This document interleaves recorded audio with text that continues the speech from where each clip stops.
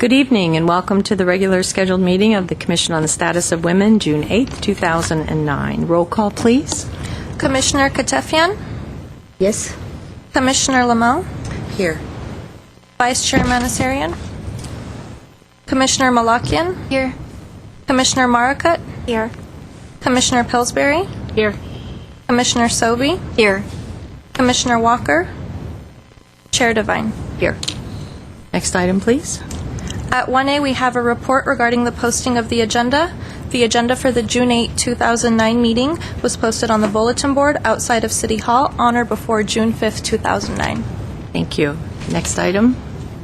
At 2A, at introductions and presentations, we have Catherine Ye, filmmaker of Should've, Could've, Would've. And this film was endorsed by the Melanoma Education Foundation, which educates middle school students about self-detection and prevention of melanoma, a common skin cancer that is deadly unless found early.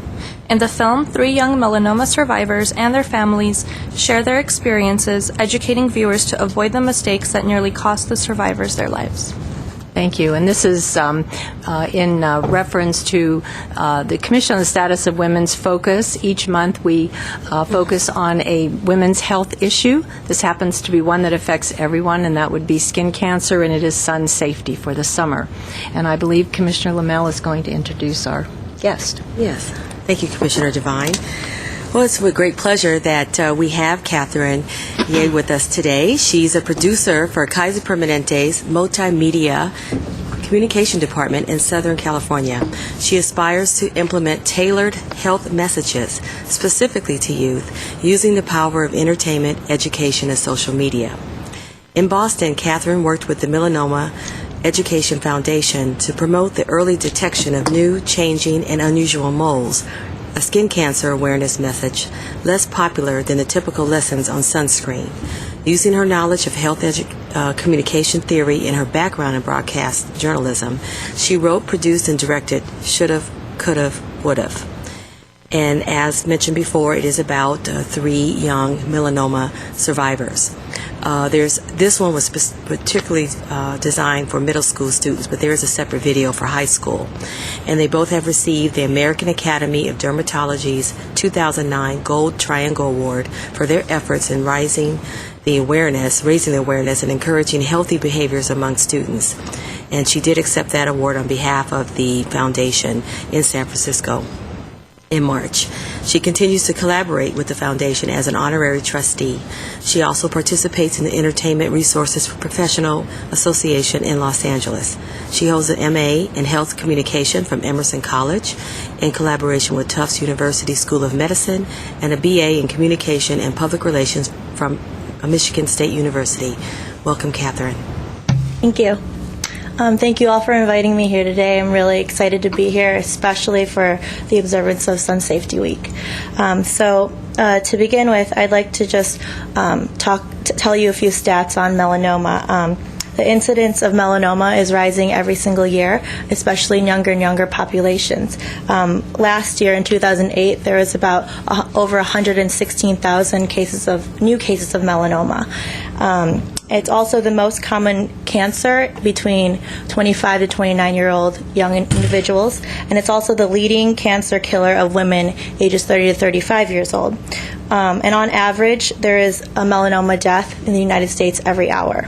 So last year, I worked with the Melanoma Education Foundation with 3 young melanoma survivors, and we created this video in order to educate middle school students on how dangerous it is, how dangerous this cancer is, and also for 2 specific messages. First, we wanted them to know that melanoma can happen to anyone, anywhere, at any age. Like I said earlier, it's happening to younger and younger individuals, and most teens are unaware of their risks, of the severity of this disease. And so in this video, you'll see these 3 individuals, all who caught melanoma early enough before it was too late.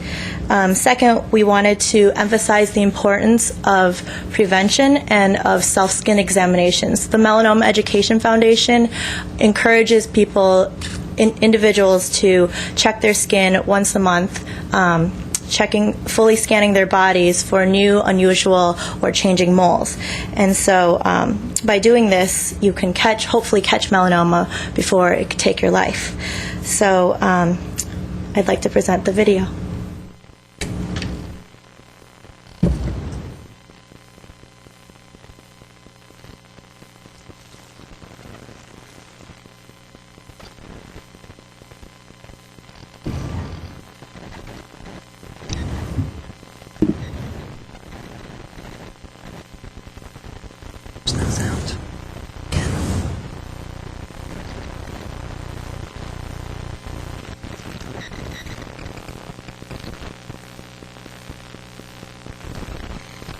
Sorry, we're just having a little bit of technical difficulties.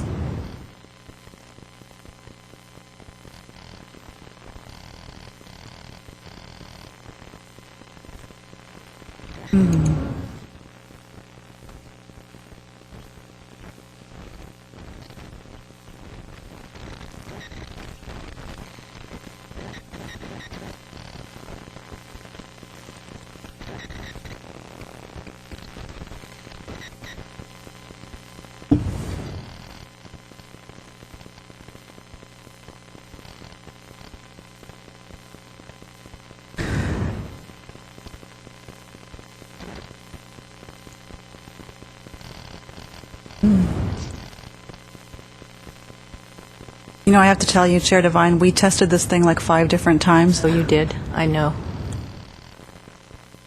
These things happen. We'll be patient, though. Thank you. Because this is important.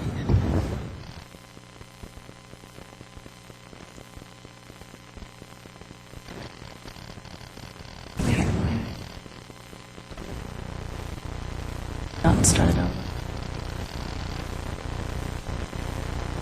Well, I'm hoping that they get this up and running because we have Representative Elizabeth from Girls on the Run, and this is an important message for you and all the girls that you come in contact with in that program, and of course our ex officios, our high school girls, and it's real important for them to see this as well.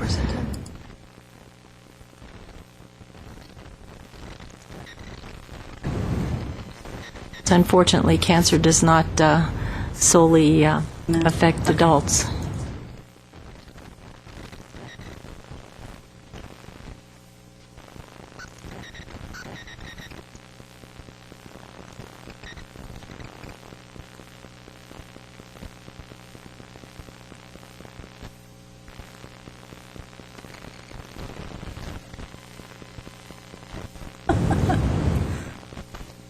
It's a good learning experience for Ms. Babumian as well. The computer This is sensing her anxiety, first- so it's moving slower even, I Right. think.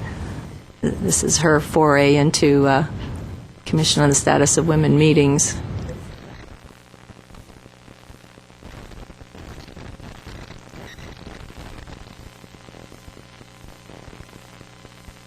Why don't we reboot the computer and come back to the video? Is that okay with Okay, you? sure. Do you want to do oral communications and then come back to the video? Okay. So that would be Agenda Item 3, oral comment. Okay. The discussion is limited to items not a part of this agenda. Time is limited to an amount to be set by the chair. The commission may question or respond to the speaker, but there will be no debate or discussion. Staff may refer the matter to the proper department for investigation and report. Okay, we'll give our speakers 5 minutes. First is Elizabeth Sadlon from Girls on the Run, one of our favorite programs. Good evening, Commissioners. Good evening, staff. I'm Elizabeth Sadlon. I'm the chair of Girls on the Run of Los Angeles County, and I am here tonight on behalf of Girls on the Run families and coaches from across the county to say thank you to Lana. We couldn't miss the chance to be able to do this publicly, and just had to kind of reflect on our connections, how you connected immediately to the mission of this organization of educating girls in 3rd to 8th grade so that they have, so that they're educated for a lifetime of self-respect and healthy living, how you understand the power of running for these girls to be able to help them discover how wonderful they are just the way they are, You also connected with our founder and vision keeper, Molly Barker, in our national movement to create a society where all of us recognize our human potential and where girls and women don't feel the pressure of the girl box telling us how we should look and think and behave. And in the year and a half since we connected with Lana, you've given us really strong support. And we've grown from one site in Pasadena, where we serve 25 girls, to this spring season that we just completed, serving 8 sites across the county, including here in Glendale. And we served 160 girls, and we're on track to be able to serve almost 400 girls in 2009. So you also laid out this bold goal that we would serve with Girls on the Run every elementary and middle school in Glendale, and we took that challenge and hope that we'll continue working together toward that with the Commission, with Christine, and all the technological prowess we need. I know this feeling so much. And I look forward to continuing to connect with the Commission, and also want to share one of our spring season T-shirts with Lana for yourself when you're out running around, and noticing that our spring season T-shirts proudly include the logo of the Commission as recognition of the partnership that you've given to us over the last couple of years. So with that, a couple of pictures of the girls. Oh, thank you so much. Very nice.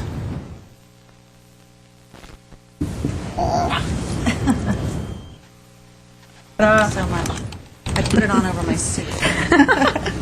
Thank you, Elizabeth. I don't Thank want you to all. put you on the spot, but can you give us a review of how many schools are involved now in Glendale? And Glendale, we have Verdugo Woodlands Elementary School has done 2 seasons, and we are in the application phase right now. On June 15th, we're accepting applications for our fall season. We have had communication with Wilson Middle School, and they actually put in an application for the fall, decided not to go forward because they didn't have everything together. We really want to make sure that every site that starts is going to be fully successful. So we're encouraging them to start a team together in this fall. They had applied for spring. We know that there's also Lincoln, I believe, elementary school. One of our coaches at Verdugo Woodlands is a parent at Lincoln and is pulling together a team, and I believe we will get an application from them. So we're hopeful for all of those. Great. Good. And anybody else that we might not know about. Great. Thank you. Any other questions? Why don't you tell them how they can, if a mother out there wants to be a coach, how she can go about doing that? Sure, or to sign up for our summer camp. We're doing a summer camp in Glendale for a week in August.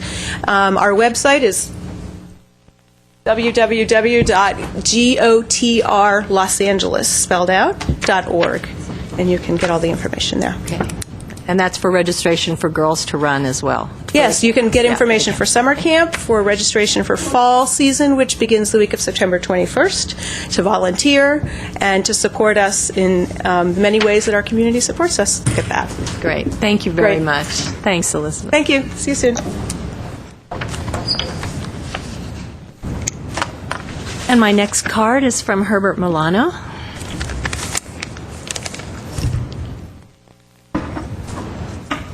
Thank you, Commission Chair Devine, members of the Commission. My name is Herbert Milano. I guess I'm addressing this to you and the city staff. Since 2002, which was the last year where the city had published the quality of life indicators, I have been attending the housing authority meetings to encourage the city to fund a yearly report on the quality of life in Glendale. If you ever get a chance to see this report, it provides all kinds of demographic, crime, and economic indicators. And at the end of the day, in my opinion, it is the output of what happens to all the things that occur within city government. You know, we prepare a budget, we execute it, we assign certain amounts of money from the federal and the state and county and our own taxpayers here. And at the end of the day, the outcomes of those is that improvement of the quality of life. It's the end result, and yet we don't fund it. In June of last year, Councilman Bob Yosefian and the Housing Authority directed the city staff to move forward and create, for this, within a few months, 3-6 months, the quality of life report. But they did not provide any funding. I came to speak and I offered to become a project manager for this free of charge to the city. They did not like the idea, but they decided they pretty much had it on their own. Eventually, 3 months led to 6 months, no results. 3 months led to 9 months, no results. I kept coming every Tuesday to remind the Housing Authority of the promise they made to come up with the quality of life indicators. You see, cities like Pasadena have a full-time staff preparing that information. The city of Santa Monica as well. They lead in providing core information to the public on how the city is doing. My concern for a very long time has been the issue of families and youth at risk. Back in 2001, there was a study on youth and what the city does with regard to its contribution towards youth programs. At that time, it spent 1% of the city's total budget towards youth, or 2.4% of the general fund. This city has for a very long time not appropriated or looked at the issues that are affecting families at risk and youth at risk. Other cities such as Irvine, with a smaller general fund, provide over $1 million towards that endeavor, identifying the problems that youth have and families at risk have. And so I have been asking those questions with regard to those statistics other than the basic Department of Justice statistics from the police department. They have not been welcoming in my asking questions or asking for the additional information that substantiates, for example, aggravated assault. So I did ask one of the statisticians in there, and informally he told me that the majority of the aggravated assaults were really domestic. Not stuff that you would expect somebody attacking you on the streets, but what happens behind closed doors. And so I wanted to know, well, what are the numbers? Of the aggravated assaults numbers that you report to the Department of Justice, what percentage of that is due to domestic violence? Again, they were not forthcoming in helping me obtain the information I needed, because they know that I will do an analysis of it and report on it to the City Council, if not to the general public.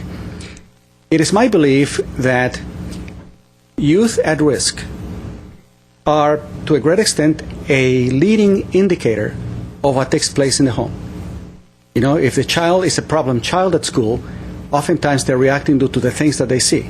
If there is domestic violence taking place at home, it is not the spouse who's always the only victim. It's the children as well. And oftentimes, as you know, the spouse doesn't say anything, and it's hard to get him to report. But the children also pay the price. But the police department in Glendale has been very reluctant to provide more information, even after one-to-one meetings, even after the city and the housing authority has pushed them to provide information. And I think that there's a problem. I think, in my opinion, there's been a problem in the culture of the Glendale Police Department as it regards to women. As you probably know, the city has had multiple lawsuits with regard to sexual harassment within the police department. You know, and there were policies supposedly put in place back when the original major issues came up in the early 2000s. And yet, it happened again. So I think that there's a problem with regard to the culture of the Glendale Police Department, and I beseech you for you to look carefully at the pending decisions that the City Council has in looking for a new police chief. This city needs new leadership. It needs transparency and needs more accountability. And it is my hope that this commission will give your weight behind the person who will eventually take over that position. Thank you very much. Mr. Milano, I assure you that we are doing that. Thank you. Next item, please. Chair, would you like to go back to the video? We actually... Are we set? Well, not from here, but we were able to contact our GTV staff, and they're able to run it from downstairs, so we'll be able to see the video. Okay. Would you like to start that now? Sounds good. Yes, let's do that.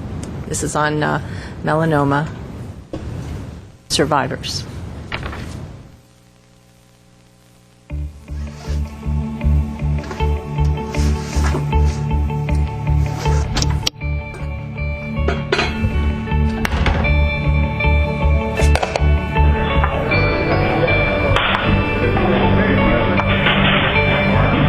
Meet Catherine, Ashley, and Ramsey.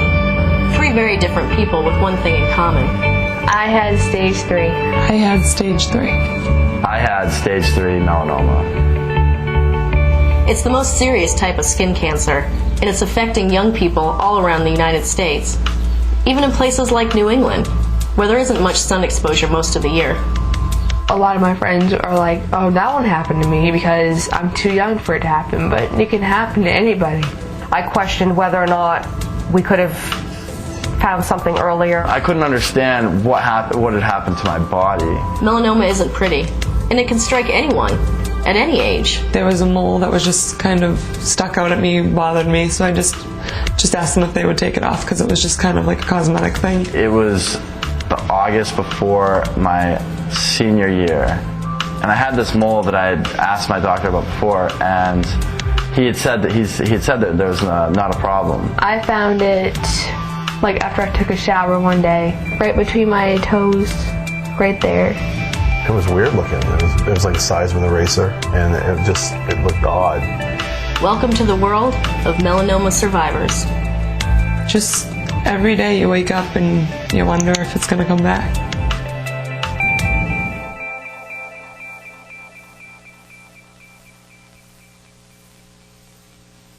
The mole was initially right here on my stomach, and I've had 3 surgeries progressively right here.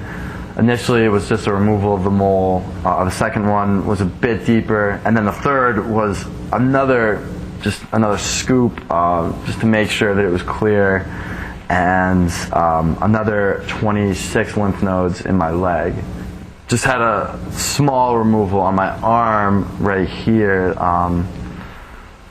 of a mole that didn't look completely normal. So I have a scar right here, and then I have one from the lymph node dissection, which is probably a little bit longer than this one, all the way across under my armpit.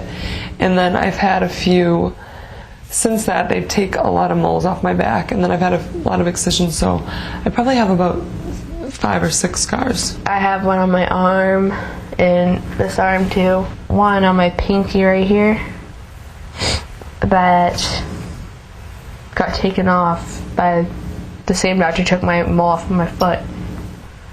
And then I have on the back of my leg. The incidence of melanoma is over someone's lifetime is about 1 in 80. So, for every 80 people you know in your lifetime, there's probably one person with melanoma.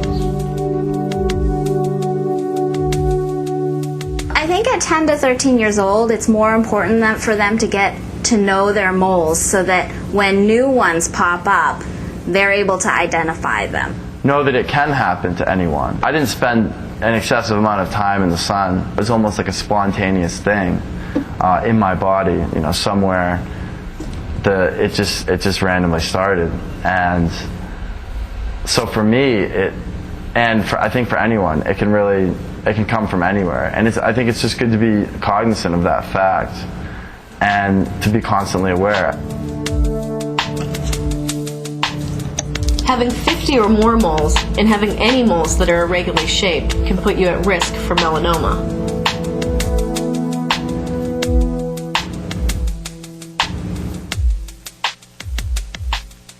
I wasn't sure, just looking at my family history, we have no history of melanoma. Low history of cancer in general. So it wasn't really something that I'd been thinking about or the possibility that I was really playing with. When I became more aware of getting a tan and stuff, I would kind of I'd be like, oh, I really don't need sunblock because I'd want the tan instead of being pale.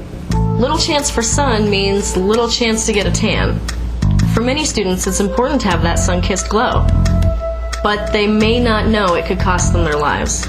I tanned a lot. It becomes addicting. I mean, when you see what it does to you, it's addicting. But I would take pale skin any day over what I just went through this past year, so. Frequent tanning increases your risk of melanoma 8 times. 1 blistering sunburn doubles your risk, and 3 or more increases your risk 5 times. There are 2 types of UV rays, UVA and UVB. UVB rays burn and are the strongest during spring and summer, and UVA rays go deeper into the skin. Both cause aging, wrinkling, sunburns, and skin cancer like melanoma. You can protect yourself by covering up, wearing a hat, wearing sunglasses, and slathering on SPF 45 sunscreen at least every 2 hours when you're in the sun, especially between 10 a.m. and 4 p.m.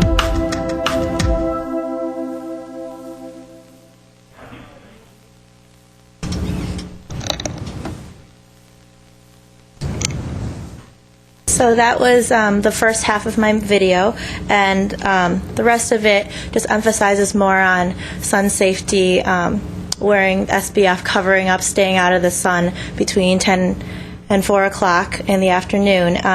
But most importantly, the message that they want is for everyone to do self-skin examinations. So it goes into depth about that and shows how to do a detailed one and how to do one by yourself as well. So they also show mole removal surgery, and the girl that you saw on there, Catherine, has a mole removal surgery, and the reason why we shows that in detail is because we did focus group research with middle school students in Massachusetts, and they wanted to see that. They liked the graphic detail. So it goes into a little bit of detail about that. So I'd like to thank you for having me, and I'd like to open up for questions. Well, Catherine, it was a very informative video, and we certainly appreciate you being here, and also to know that you can go on the, skincheck.org? The Melanoma Education Foundation, they show this as part of a school curriculum. So and if health educators or nonprofits or anybody wants to get a hold of this video, you can go to skincheck.org, no www. Just skincheck.org.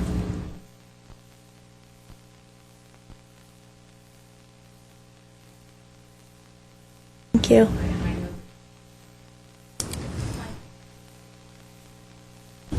Thank you, Catherine, for coming. I know that melanoma is a very dangerous cancer because it oftentimes goes undetected because people don't have exams. They don't go to the dermatologist and have moles checked. And that's what we're trying to create awareness for tonight, is to get to the dermatologist regularly, all ages, and have your skin checked.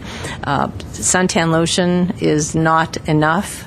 I learned that at the City of Hope. Hats, sunglasses, and clothing, everything in the sun. You don't leave anything exposed that if you can, because it's very dangerous. So thank you for bringing your film. Thank you. I'd like to see the rest of it one time. Thanks. Thank you. Are you working on another film? I'm just doing videos for Kaiser right now, so we've got some exciting stuff going on. Great job. Thank you. Thank you. Next item. At 2B, we had Dr. Martinez, Chief of Dermatology at Kaiser Permanente, to present Safe Sunning, Summer, and Your Skin, but unfortunately Dr. Martinez cannot be with us due to an emergency. Next item, please. At 4A, we have consent items, approval of the minutes of the regular commission meeting held on May 11, 2009. Any corrections to the minutes? I have one on number 6, the second page. You mentioned the June 9th osteoporosis seminar. That's tomorrow's.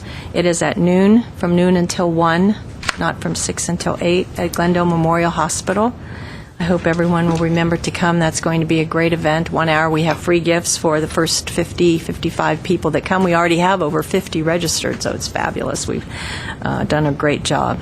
Chair Devine? Yes. I noticed the Glendale News Press ran the time as 1 o'clock. I thought it said noon to 1. Did I thought it say? just said 1 o'clock. Oh, well, hopefully the people will get the message. But it's 12 to 1 p.m. Any other changes? Commissioner Walker? My voice is a little hoarse, but I just want to make a comment on Section 6, Commissioner Staff Comments. I know that we all try to make comments, after the meetings, and would like to see that all our comments, be included. Are you saying that there are some that aren't there? Yeah, because I've kind of noticed that not all comments are included. Oh, okay. I don't know if there's criteria for inclusion or not, but I think it'll be good to have everybody's comment for the community be included. Okay. Ms. Baboumian, you'll make note of that. Thank you. Any other comments? Okay. Do I have a motion to accept the minutes as corrected? So move. Second. Consensus, ladies? Unanimous? Yes. Okay, next item, please.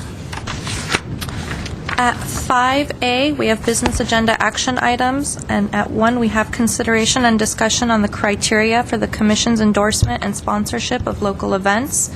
At A, we have a motion providing direction regarding the Commission's endorsement and sponsorship criteria of local events. Okay, and a brief report on that one. Ms. Haddad? This item is actually coming before the Commission at the request of Commissioner Lamel, and the reason for it is, again, a very good one. It's because the Commission is receiving more and more requests for endorsement and sponsorships for its events. As such, what I wanted to present to the Commission here was sort of a high-level framework so that you could discuss what that criteria might be when you're deciding whether you'd like to sponsor or endorse events in the community. As such, one way that you could do it is to establish different levels of support so that you could have some endorsements where there is very little financial support. You might be signing on to a national movement the way that you did for the National Vigil for Hope. You might be sponsoring a particular event, and that sponsor level might not require a mutual financial support or gift. Then you could also be community partners with agencies, if that was one of the ideas that you wanted to do, where you would do a mutually supportive relationship, similar to the one that you have with the Seroptimus International of Glendale. Some of the criteria areas and questions that would arise for the Commission in deciding who to support or who to endorse. Who's the population that's being served? You have several different work areas as a Commission, so you could look at limiting it only to organizations that benefit women and children. You could do small businesses. You could do agencies that support financial literacy, like Junior Achievement, which works as a partner for the Camp Rosie program. You could work with agencies like ARS, which support primarily immigrant women in the community, or longstanding that addresses issues for immigrant women, for example. Another consideration might be the geography of the event or the organization. Where is it located? Is it local to Glendale? Is it a regional, Southern California? Is it a state, or is it a national? If you would like to consider that, or if that's something that you will take on a case-by-case basis, you could do that as well, obviously. The purpose, why is there a need for the partnership? Is it something that will further the Commission's visibility? Is it something that provides a material benefit to the residents of the community?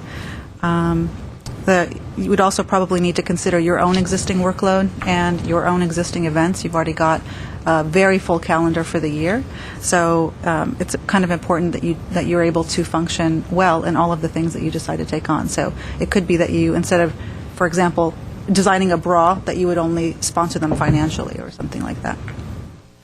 And then the other considerations could include the organization's tax status. Is it a nonprofit? Is it a for-profit business? Or how do you want to delineate that? And then also previous history. Are you going to limit it to people that you've already partnered with, or organizations that you've already partnered with? Or are you open to introducing the community to new people, new services, or would you really like to see a track record with the organizations that you're working with? And both certainly have their pros and cons, and it's up to the Commission to decide which way they want to go with that. So on that note, So it's, I'm laughing because we do all of that, don't we? When we make our decisions, when we bring the event or the sponsorship or whatever the cause is, we bring it here and we actually go through all of this before we make our decision. So what is it that we want to do? Just kind of get it all written down in 1, 2, 3 steps? It has been a fairly, although it comes for formal action from the Commission, it's coming on a case-by-case basis. This would actually memorialize those criteria into a written form. Loosey-goosey kind of thing. Well, it hasn't been that loosey-goosey, but... But this way, at least you have it all written down so that the next commissioners that come, long after you're gone, say, okay, well, this was their intent. We can go back and look at what the intent was of the Commission and move from there. Okay, fine. I'll open it to the floor and get Commission comments. Commissioner Lamel? I certainly like the idea of it being a historical value to future commissions, but I also feel that there should be a form that the organizations that want the sponsorship to fill out, and that it is presented to us at least 30 to 60 days prior to their event, so that we can see that it does check everything there. And so that makes it much easier for us to make that decision when it does come to board for discussion. And certainly I'd like it to be where they show a track record of how many times they've done this, what was the outcome of that, was the commission involved, and if not, why not? In addition to knowing that this is something that it's not the first time they've done that, and then to look at the different levels of sponsorship available, because I know that was one of the things that we had a challenge with, finding out is there another way or another level that we could be more supportive. So I think that it would be up to that organization to give us some options of how we can partner with them, sponsor with them, or just endorse them. Commissioner Pillsbury?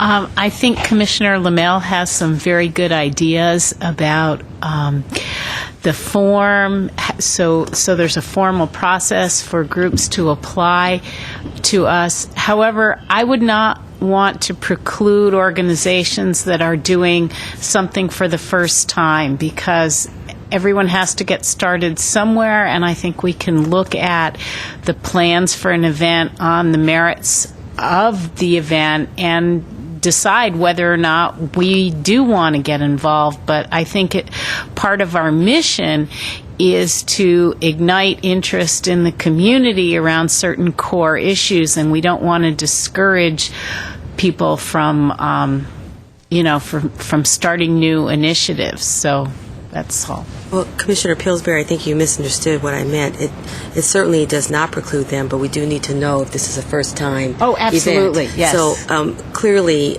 we don't want to preclude anyone, but there's just guidelines that we just want to know. Is this the first time they've done the event? Where was it held? What was the outcome? So we have an idea of what we're getting involved in. We're connecting our name to it. I think it's very important that we have a better understanding of what we're a part of, even if it is the first time. I agree. Yeah. Totally agree. Great. Commissioner Walker? And I also agree with the comment of Commissioner Pillsbury regarding being supportive of incipient organizations and causes, because we also do not want to always be supporting the same causes again and again, or organizations who already have established sustainability processes in their organization. So I would like to see a diversity range of organizations and causes that we're also supporting. So maybe have like a history of past causes that we've had. So when we're, analyzing which ones to endorse, we see the historical track. We've done, vigils already. So, let's not repeat that. Let's do something else. So something to kind of just guide us so that we know what has been supported in the past and what kind of new activities we can support. Any other commissioner comments? Another one. Walker? I like the alignment to our strategic plan, and I know usually in working with school districts before, if we're going to be applying for new grants or new programs and so on, what happens is that you always have to align it to the organizational goals so that we're all moving the same direction. So I would like for them to be cognizant of our strategic plan, our aims, goals, and objectives, and see how that links to what we're doing, and at the same time to be able for us to not duplicate our efforts and include those in our ultimate report about the updates on our strategic plan. Okay. All good suggestions, I think.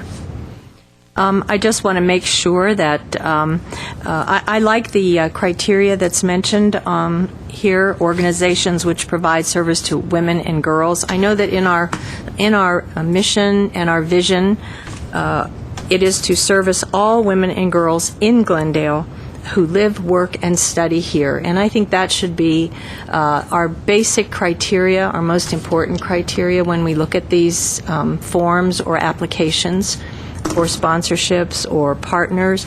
I think we have to make sure, just like we're doing with the hospitals on osteoporosis and other health issues, to be sure that we're just getting the entire community involved and not making it too difficult for anyone to ask us. Make it user-friendly. And so I think that's very doable, to have a form, an application form. I think it's a good idea. And I guess now we move on to what that, do we have to design? We don't design the application tonight, the form. We can form a committee to do that, or leave it up to staff. Yes, let's. I think your easiest route would be to have staff come back with an application. You could modify whatever application was given. One word of caution would be to not lock yourself into something, that you allow some flexibility for, say, a great event that might just be around the corner that only comes to the commission, but outside the framework that you would desire. Obviously, ideally, 30 to 60 days would be a great lead time for an event, but not all events have that lead time, and some events that are completely worthy might not have that lead time. So Right. That's what I'm saying. We have to be flexible and user-friendly, because we want to keep our good relationships with the community and all the organizations within the community, and that's our primary goal, to reach as many women as we can through the events and programs that we support. But I think that it would be a great idea to maybe list something on the website about endorsement, sponsorships, and partnerships, so that they're aware of the criteria. Those that have that we have supported in the past, maybe they can get some sort of an announcement via email or regular mail, so they will also, just like we put together a calendar of events for the year, provide us with a calendar of events and which ones they think that they may need our support. So I think that it would be great to just have them be a little more organized with informing us, so that we don't get caught in a 2-week time period, and so we could be much more supportive that way. Good. Okay. Commissioner Walker? I would like to also add, I'm looking at the criteria here, population served who benefits, and I know in being a grant writer and, doing applications for that, usually they also ask for the significant, number of populations served. So I think that would be also critical. A smaller number versus a bigger, obviously being able to target a larger population is better. But at the same time, again, we have that flexibility to decide quality versus quantity. Right. Yeah. A lot of times, though, we don't know the population or how many before we make a decision on our sponsorship level. So that's kind of... I think it behooves that organization who's applying for our financial help to provide that information. Right. Regarding, what... Right. It's not us, but it's them, who they serve. Yeah. And Chair... Best they can, I think. Yes, of course. As best they can. And Chair Devine, the other thing is that this is in alignment with, our City Council's efforts towards accountability, transparency, ethics, and so on. To also indicate here, if there is an organization who's asking for sponsorship, I think it's also critical to identify if the commissioners are themselves, board members or part of that organizing committee, so that, there's no conflict of interest there. Right. Yeah. Which I think we do. We do. Okay. One other thing I'd like to add, just to segue to what the earlier comment that was made in the oral communications or oral comments about at-risk youth, I do see that that's listed as one of the populations served as a example. And just what Commissioner Walker said, if that organization says, well, we're going to focus on at-risk youth, and we do know there's 10,000, let's just say, in the city of Glendale, that's another way of being able to answer those questions that our residents may want to know of how many we're serving in these different categories. So that information is accessible to different organizations, and I think that would be a great part of their proposal to us, so that way we can see and how we're really being effective and in all the areas. And then for our own annual reports or semi-annual reports, we can also include that.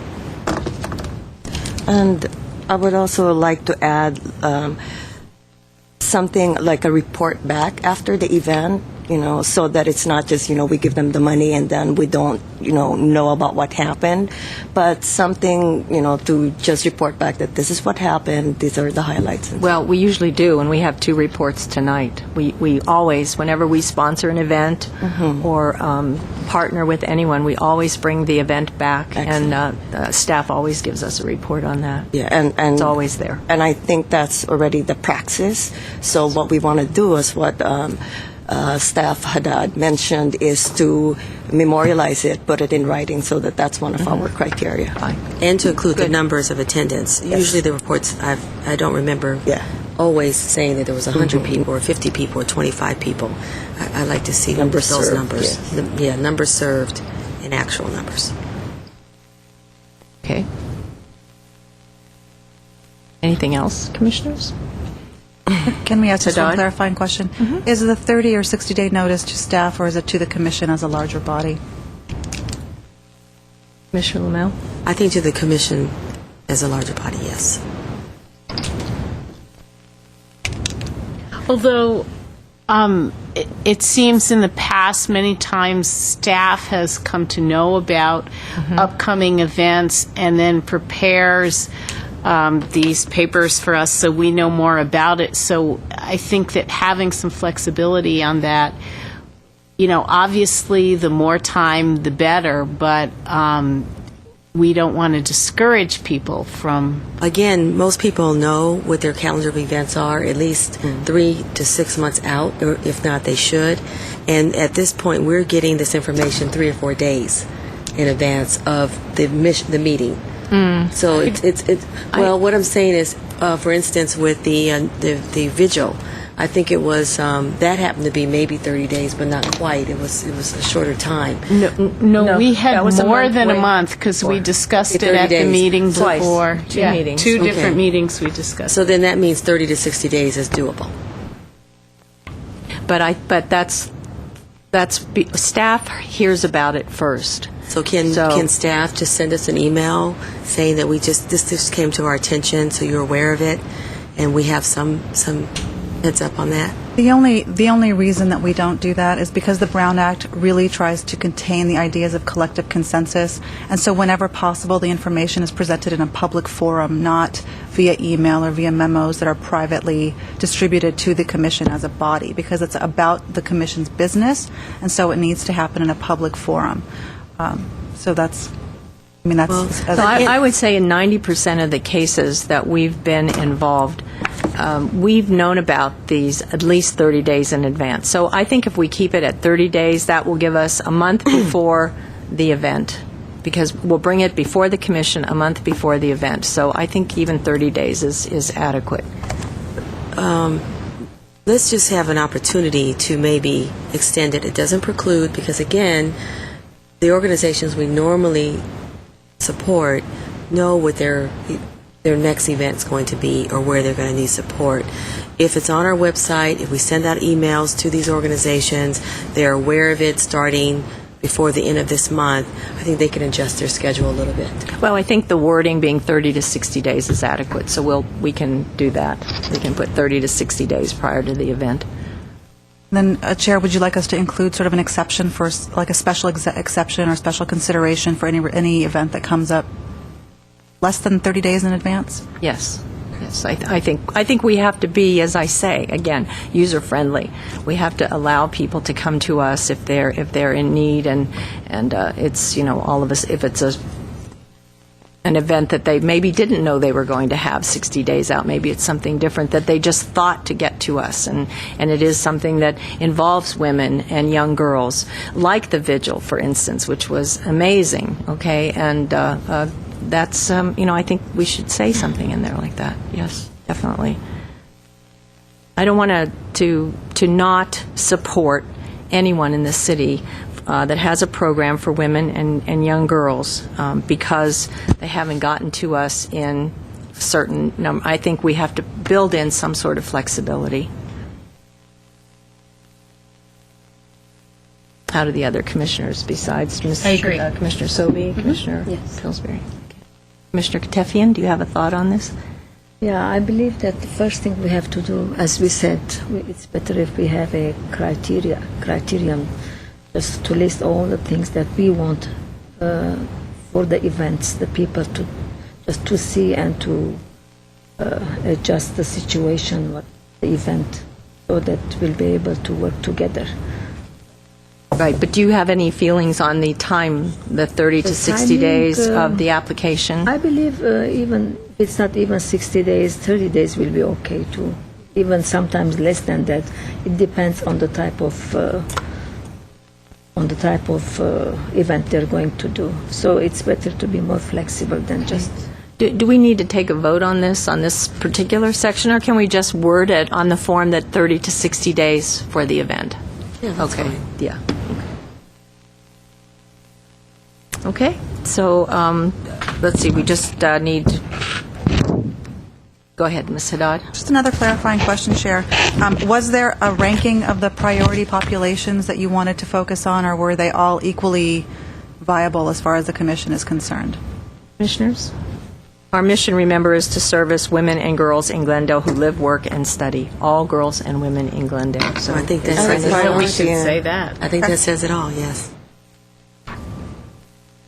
Right. Okay. And as far as the levels are concerned, are we satisfied with those? And this can be put on our website? Is that what you're Yes, I think proposing? that, but also I think that we should also offer an in-kind level as well. We may not always be able to do it financially, but in-kind would be another option. Would Such that as labor costs. But would that be because I was going to say, wouldn't that be like the endorsement where we? No. In-kind would be if we're giving them printing services or additional materials or something. Which is what we're doing for Ms. Haddad. There would be a problem, actually, with the Commission, donating public funds like that, like sort of the third party, because to print something would be... That was just an idea. That's usually what in-kind means, but it could be other things.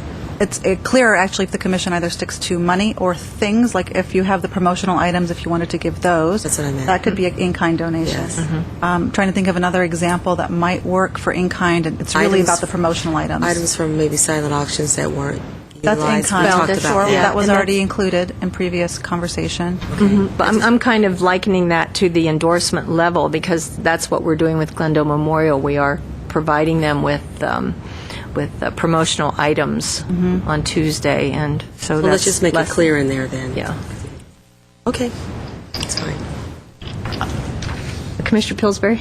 Just one other quick thought about the population served. While our mission to serve women and girls throughout Glendale, some of the other categories you listed were worth listing, so we might put a line saying this might include at-risk youth, homeless people, immigrant women, just to give people ideas that we're not saying that, okay, every event has to be focused only on, women in general.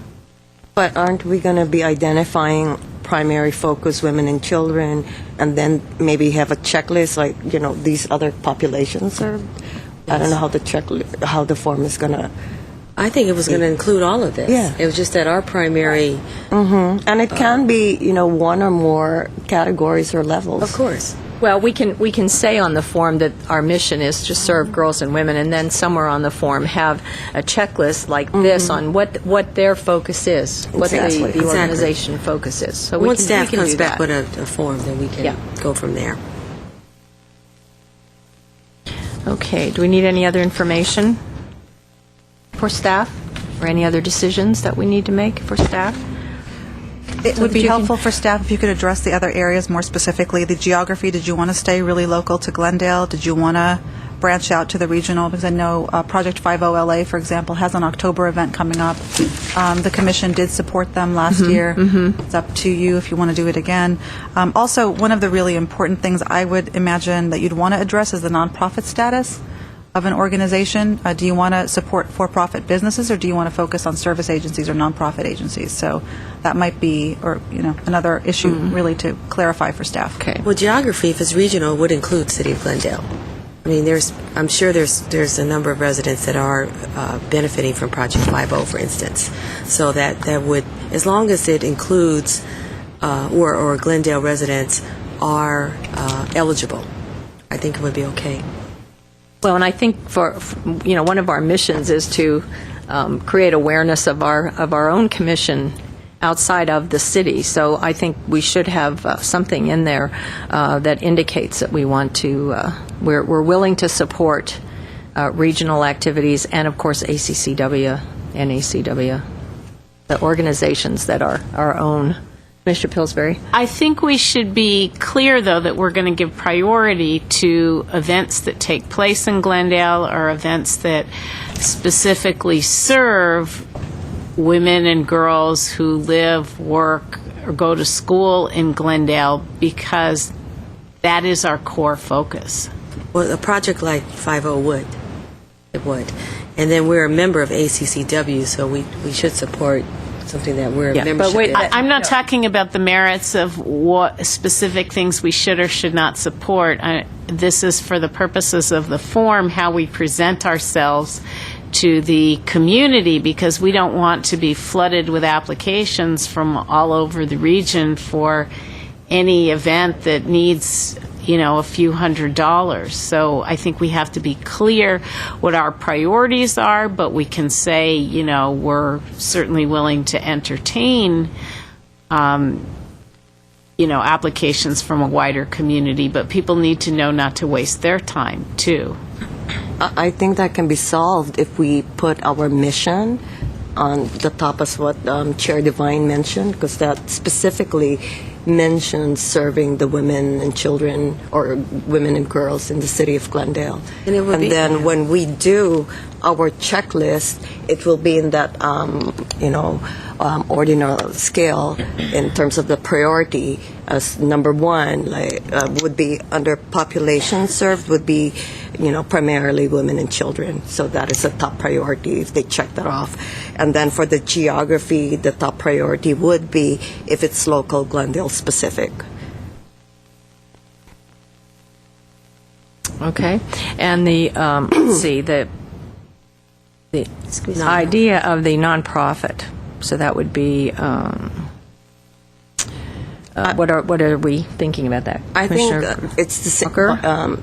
Using by the same vein, we can also do that. The priority would be, of course, nonprofits, but at the same time, we want to also support like local businesses, minority-owned or women-owned businesses, and so on. That would also enhance the economic vitality of the city of Glendale, and in turn is in alignment with ACCW's economic sustainability focus. So there's a lot of ways on how to be really creative without being stifled in certain criteria. But I think with a priority on the nonprofit. Exactly. Yes, priority on nonprofit, definitely. Yeah. It could be a point system also with the form if you want to, and obviously nonprofits would get a higher point than one that is for profit if that's the way we will make decisions on how we go forward with granting their request. Okay. We don't often get asked by businesses, do we? Businesses, Sometimes they piggyback with other organizations, like a nonprofit, and then, they're one of the partners. Oh, you mean like for an endorsement? Yes. But no money involved, just an endorsement? Not that it goes to them directly, but maybe there's creative proposals there in the future that maybe even if they're for profit, maybe eventually they're giving scholarships to women and girls or something. So I think what you're stressing a while ago in terms of really the flexibility, being user friendly, is really critical, so that we don't shut out other promising ideas.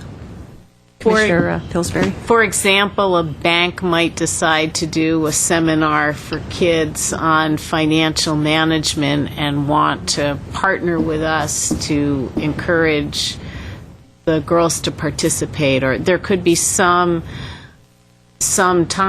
maybe it hasn't happened yet, but you could foresee a time that a business might come to us and say, we could use your help. I hope it's not a bank asking us for money. No, but they might be asking for other things like A facility. Miss Haddad. Facility or something, yeah. We've actually encountered that situation before for our financial literacy, and what we do in that case is we work with established nonprofit professional agencies or organizations. What the Commission really does want to avoid is the appearance of endorsing any one particular business over another. So it's kind of an important distinction to make, in that if you're partnering with a business, you want to be really clear that it's not. Like, we did this with a local attorney who did a presentation on estate planning for the Commission for Financial Literacy Month, and he was very clear about doing it as under the rubric of the law association that he was with, right? The bar association that he was with, as opposed to out of his private practice or his firm, to keep those two very clear. And of course, when he passes out his business card, the information is available for the public, but it's not coming necessarily from the Commission. Right. We're not. Our objective is not to promote businesses. We're here to support women and girls and any business that is willing to do that, but not to promote their business per se. So that would be the way we would look at it. So are you saying that we should have a clause in this application that any organization that we're supporting directly be a nonprofit? I mean, that's what's under discussion, right? I think that's the priority. And then they can identify if they're not nonprofit and so on, and then just put their, what the circumstances are, why they want to partner, and the alignment with our strategic plan. Because I do remember in our strategic plan, we are endeavoring to partner with local organizations, businesses, and, those other criteria that we've identified. And so some of them are nonprofit, are for-profits, like chambers of commerce, so on. Right. Well, that's true. We do want to partner with them, but we're not going to promote them. So that's what we have to make sure doesn't happen. That is not our business. That is not our goal. Madam Chair, members of the Commission, Lucy Varpetian in the City Attorney's Office, I've been listening to the discussion, and the concern that I have is that your mission and your direction is very clear in the ordinance that established you. By going through this process, you're self-imposing limitations. I think probably a better direction is to, through the chair, direct staff to present all programs, all requests, at a meeting that subsequently follows, so that you get to consider every item that comes through, and you get to make a determination of whether or not you want to support it. Otherwise, you're binding yourselves, you're binding future commissions, and I'm not really certain what it is that you're trying to accomplish by doing that. If your direction is that you may not be receiving enough notice, well, then you could decide that when the item's presented and say it's 2 weeks out. We won't have enough time to achieve our goal. We're just setting ourselves to fail, and just not support it at that point. Or you could make a determination, through the chair that this really is adequate time, or through the commission rather, this is adequate time, and the chair makes the determination to set the agenda. So you consider it as these items come up. Is the concern that you don't have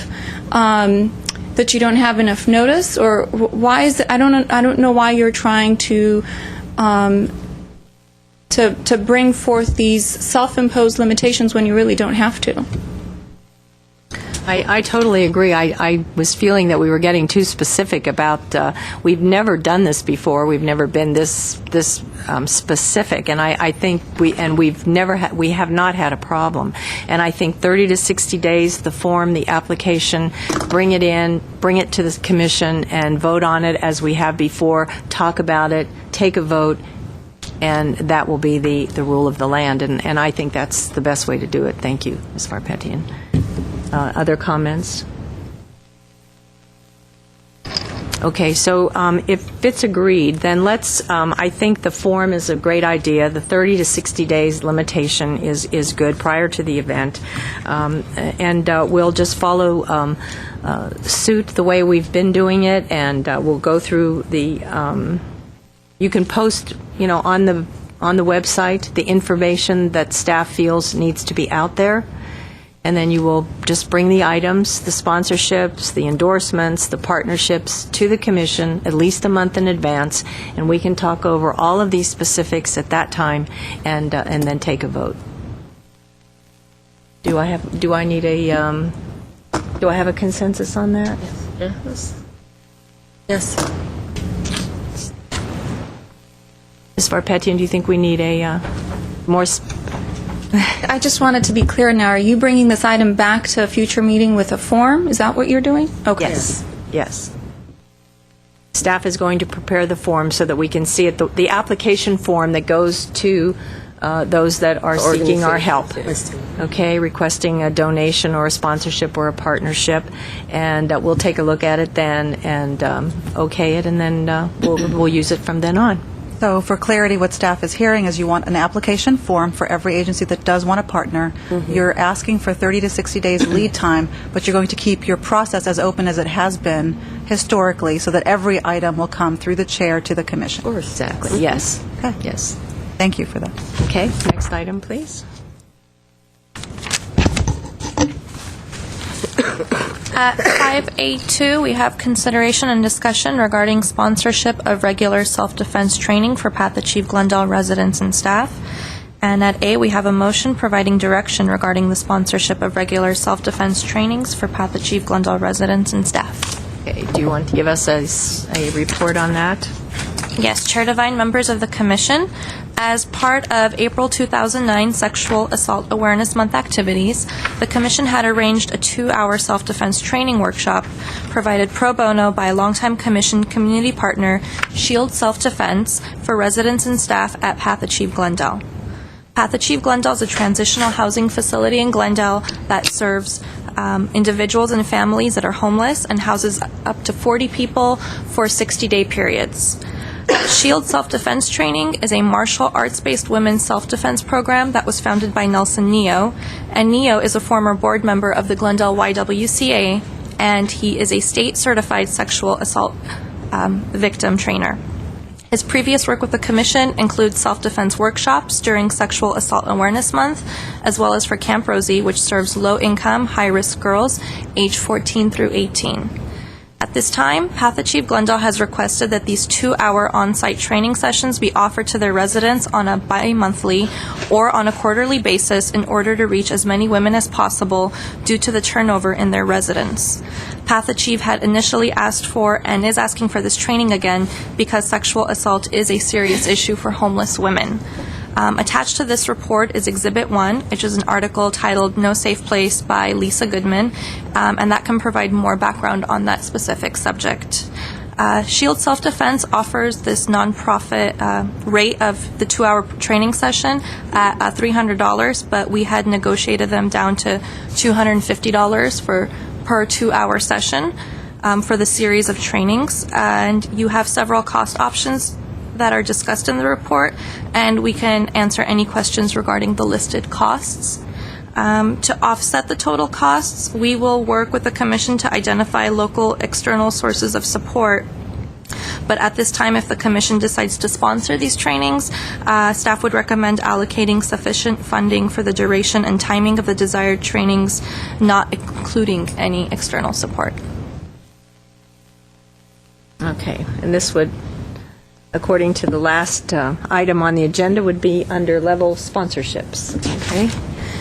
Shield Self-Defense Training, that's not a nonprofit, correct? Just to be clear? Correct. Okay. Correct. That's And Nelson Neo. He does our Rosie Goes to Wall Street program. Yeah. Any discussions with the Glendale Police Department to offer any self-defense training, or they don't do that? Ms. Haddad? I'm not sure if they do that to the public. I know that sometimes they've done that before. We can certainly follow up on that. The reason this particular request came to the Commission this way is because SHIELD actually provided a pro bono training to Pathachief Glendale, and they were so impressed with his rapport with the women at the shelter that they actually requested for him to come back and requested additional trainings with him over the course of the year. But this time there's a fee, a cost. Right. Yes. Any Commission comments, questions? Mr. Pillsbury?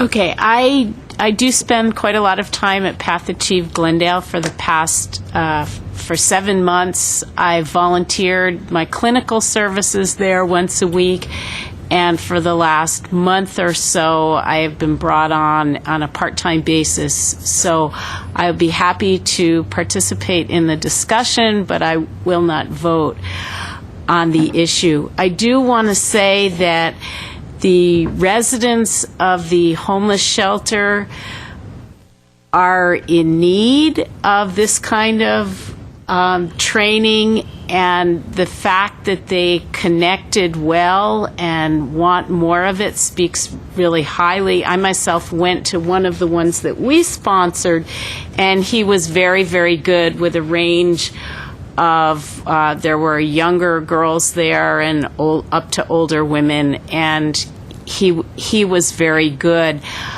I think that in terms of work for the commission, this is a worthy project because it directly benefits women who are at risk, and it directly benefits women who don't have access in general to a wide range of these kinds of activities, which are often considered frivolous or extra, but are definitely needed. So it sounds to me like a very worthy program. I certainly agree, and I hope that we can help get support, as it mentions external sources of report. I do know that a lot of elected officials have discretionary funds for something like this, and maybe we can try to get sponsors to help us sponsor it so that we can offer even more classes than is offered here, and also maybe apply for a grant. And that's where the numbers come in, especially if we are serving at-risk girls and then also women. So certainly we should do that and look for some help. If we get a one-page proposal maybe from either in a combination from Path, Achieve, and SHIELD, certainly I can check with some of the local businesses and see how we can get some assistance. Commissioner Pillsbury? I was just wondering from staff what kind of money, I mean, you gave a lot of options for, involvement, what our budget looks like, what historically this might look like, what is reasonable within the parameters of what we can do, should do, might do. In the last month's report on the budget, there was sort of the overall amount that you have in reserves right now is roughly about $40,000. The annual expenditures come again to the Commission in July, and as the revenues have seen a little bit of a dip this past year, so you don't have as much leeway, say, coming up in the next year. So I would be a little bit wary of committing in perpetuity to any particular thing at this point. If you wanted to do it on a trial basis and do the next 6 months, do 2 trainings or do 1 training and see how it works out, I think that would be a completely feasible thing for the Commission to do in terms of its budgetary commitment to this particular project, and then in the future go out and look for additional funding for it. And in fact, I think the initial plan was for us to get Path Achieve and SHIELD through December. That's 6 months, and then next year we can apply for a grant, perhaps from a local organization, and pay for it. Get the entire year paid for. But just to get us through until December is what we're looking at. We don't have to do this every 30 days or every 60 days. We can do 2 in the next 6 months. I think an important, and this goes back to Commissioner Walker's thoughts about number of people at events, I don't want us to spend allocate $250 if there are going to be 5 women there. I think that perhaps what we could do is and Ms. Haddad and I spoke about this today, that we can say to Path Achieve, if you have 20 women there, let's arrange for SHIELD to come in and do the self-defense class at that time. And then in 60 days, if there's a turnover and there are only 10 women there or 12 women there, then we won't do it that particular time.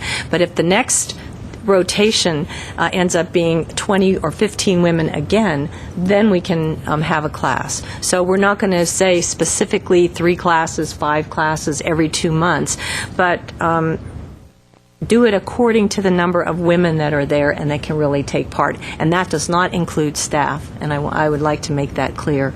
It's women that are the homeless, yes, the residents of Path It's Achieve. extremely fair. Yes. Or if it is maybe 10, if maybe SHIELD would do something on a sliding scale of, in that way we can still cover maybe a minimum of 10 or so. Ms. Haddad? Oh. Commissioner Walker, go ahead. Sorry.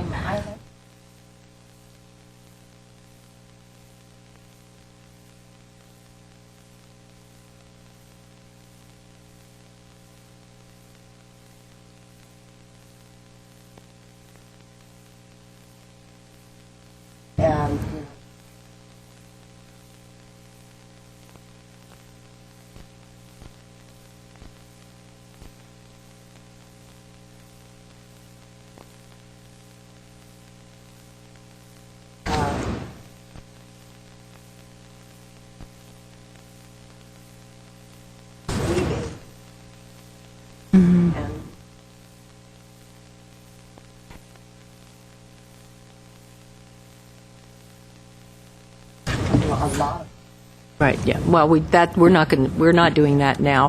What we're doing is simply asking the commission if you think the program is worthy, if you would like to commit to funds, if any of you would like to try to get sponsorships outside of the commission that will come in and help us out on this project.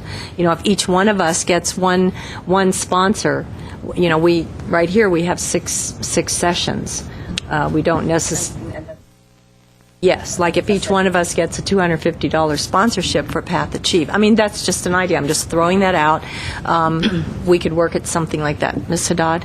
The other thing, a lot of service agencies in the town, when you apply for funding, they don't want you to apply on behalf of somebody else. So what would be important was maybe to connect Path Achieve Glendale or the grant writers there with people who have larger streams of revenue so that they can get connected with the other agencies in town that would be amenable to funding programs like this. Very worthy programs, but to gauge the interest, the commission might want to sponsor one or two and see where it goes from there. So, How many people came to the one that they did already? It was the same day as a board meeting, so they had lower turnout from the staff. So it was a total of like 10 residents and 2 staff members there.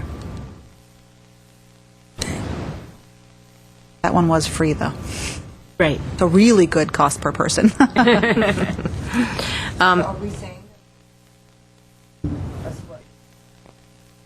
Well, I'm saying that yes, the bottom line is yes, that if we're going to allot $250 for a 2-hour session, then I think we should have at least 10 to 15 at the session, unless someone, or 15, we can even say 15.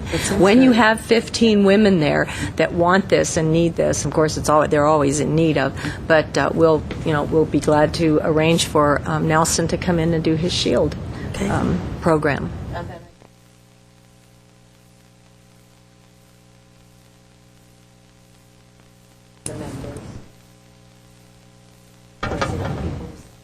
Right. Yes. So, Ms. Haddad? So 15 residents minimum, but staff is not precluded from attending because it's important for the staff who work I with think the absolutely population the also. staff should be there. No, definitely.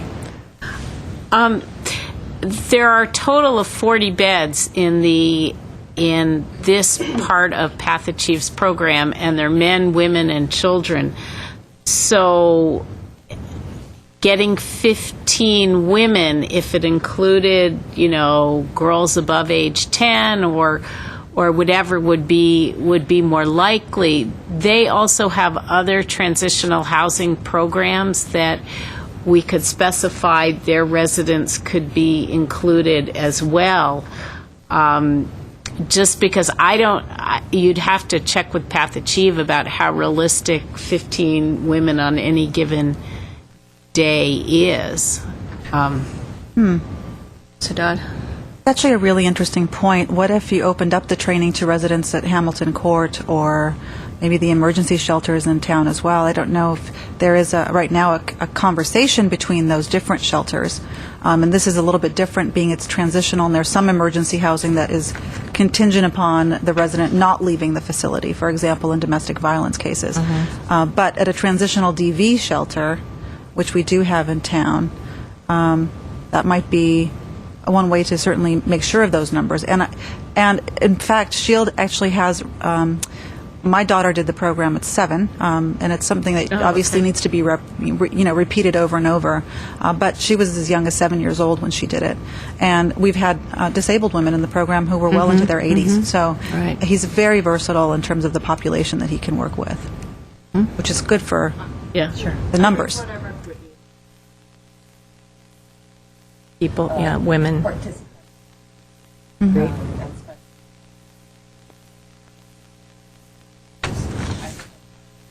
again, I would like to see.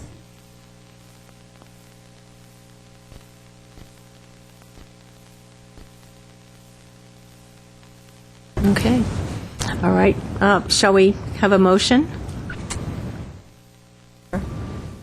We have a motion to we can do one session, or we can say that we'll fund 2 sessions, but with the limitation, criteria, thank you, being at least 15, not including staff, and that they, we're allowing them to recruit from any organization that they can, that they want to.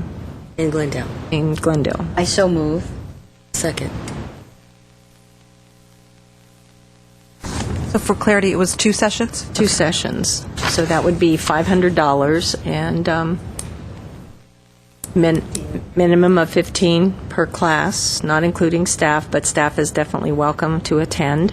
And they can recruit from any organization in the area to make that minimum of 15.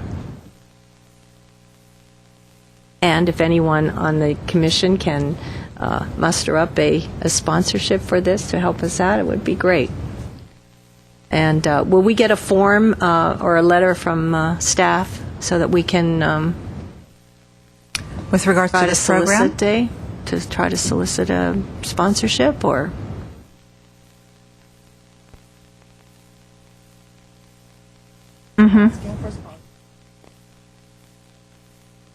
Or do our own. Okay. Fine. Great. Okay. Thank you. Thank you, commissioners. Thank you for this report, Ms. Haddad. This was very interesting, the No Safe Place. Yes. And I highlighted one of the sections that said, if I can find it, it says, centers, well, it was talking about rape crisis centers, but I think you can, Path Achieve can be kind of mixed into this, should be given the funding and the technical support to provide new services responsive to the particular challenges of homeless women.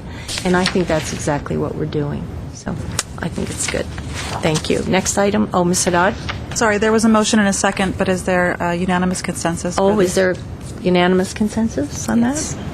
Thank you. Thank you. Next item, please. Ms. Babumian? At 3, we have consideration and discussion regarding the establishment of the GEM Student Scholarship Award. And at A, there's a motion providing direction regarding the establishment of the GEM Student Scholarship Award.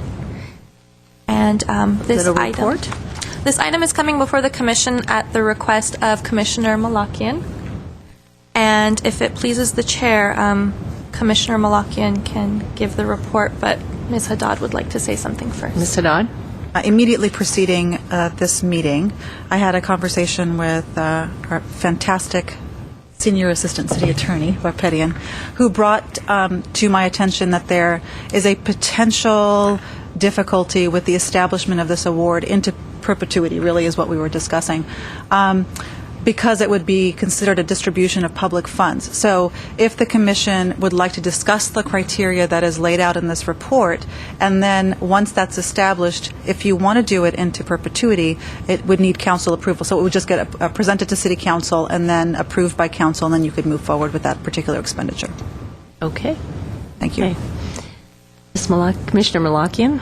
Well, last month I spoke with staff about possibly creating a scholarship for specifically seniors that are graduating from high school. And we were discussing the process of how they would be nominated.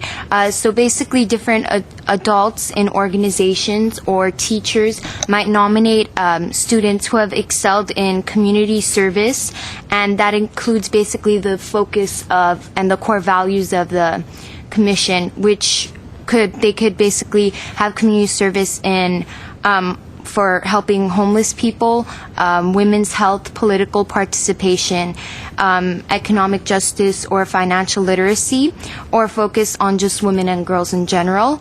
Another criteria is leadership and scholarship. Scholarship would include a 2.5 GPA minimum. So the selection committee for the process would basically get in these applications and review them and then send out resumes. And the applicants would have to write either a personal statement or an essay on a selected prompt, and would have to get 2 letters of reference along with a resume to submit to the selection committee. The selection committee, we've discussed possibly having a board member from Glendale Unified also reviewing it. The process and the timeline would be very similar to that of the Jewels of Glendale and how their applicants are chosen. It would have the same type of time frame. So the committee would be established in September, and then the applications would be distributed to the schools around beginning of October, October 1st tentatively, and then November 15 would be when the applications are due. In-person interviews for the top 3 to 5 nominees will be held in January, and the selection in early February, and then they would be presented the award at the Jewels of Glendale in March. My take on it was, I think that getting the youth involved in what our values and what our mission is very important. And I think having this scholarship established would be a way to get them involved and to get them to see that we do care and that we acknowledge those students and those great individuals that actually have a lot to offer and who actually care about the community and our goals also. So the scholarship would be either $500 to $1,000, depending upon what the commission would like that to be. So, yeah. Very good. Thank you very much. That was very nice of you to do all of this work, and it's a great idea. And the commission has been kind of throwing this around for a few years since I've been here, why we should do a scholarship. So thank you for taking the initiative and to planting the seed. I appreciate that. Can I get Commissioner comments? I actually have a question just for clarification. I think you've done a great job. You said a couple of times this is for youth, high school youth. Did you mean specifically girls or boys could apply? Well, we don't really want to limit it because there are a lot of male students in the district that might also be, that might also have these values and these community service opportunities. So we don't really want to limit them. Yeah. I think it's a wonderful idea, and thank you very much for thinking about involving the youth more. I think this will encourage community service, leadership, and also the opportunity for someone to further their education. And are you speaking of just one recipient? Mm-hmm. Okay, one recipient. And it will be called the GEM Award. I like that idea. Yeah, certainly a takeoff on Jewel. Very, very nice. Yes, very nice. I think it's a wonderful idea. I have I don't know what, this is not the official criteria, correct? Can we kind of get our input in? We're deciding the official criteria. Okay, all right, okay. I notice on the minimum qualifying characteristics, and don't forget that this should be a Glendale student, and I would like to see it be a girl. I'm sorry, but it's the Commission on the Status of Women, and I would like to have it. And I know at the Jewels we honor women of courage, and I think this GEM award should be a young woman. That's just my opinion. The title of the award is the Jewel of Glendale Women of Courage. However, we cannot preclude men from applying, just like we can't preclude men from applying for a position on the board. Okay. Or for a job with the City of Glendale. It's a city organization, so we're... Okay, so when this application goes out, it's for boys and girls, male and female. Okay. But so are we saying then that we simply will not select a male? We can't say We that. are not saying that. We cannot say that. One way what it can do is say that the community service has to include women and girls, some sort of service yes. that will support the mission. So if they work, because I'll give you an example. There was a young man that applied for a scholarship through Kaiser Permanente, and he spent his community service hours in a women's shelter, reading to the kids and just connecting with a lot of them, being a big brother type of thing to show them there are some males that are positive. So we cannot preclude them then. That's for sure. Okay. All right. And on the application, it says community service reflective of the CSW core values, and it does list them. So male or female, they would have to spend their community service work there. The other question I have, if no one else has any comments to make, do we think that a in-person interview is necessary? I've seen a lot of scholarships given out and with no interview involved. And I think if we take a good look at their community service hours, the work that they do, and their letters of recommendation, I really don't think the interviews are necessary. How do you feel about that, Commissioner Malakian? Well, we were actually discussing that too, and I think that a major part of being a leader or winning this or getting a scholarship or an award is having the integrity. And I know that community service does reflect that, but unless you actually interview or get to meet with the person, you can't really know whether that's true or not. In other words, you can't tell, let's say, leadership qualities, possibly, just through an application. And I would be very willing to sit on that committee and be one of the choosers. And I think the written essay that's mentioned here is another way to have an idea of a person, of a young person's, how their thought process is, how they can present themselves on paper as well. Commissioner Pillsbury?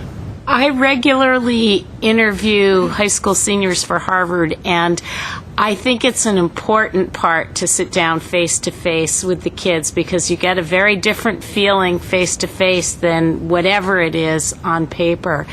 And so I would concur with Commissioner Malakian that an interview would be an important thing. Commissioner Malakian? Yeah, and at school when we're doing this process, because we have a Falcon Award scholarship at school, we usually have the interviews.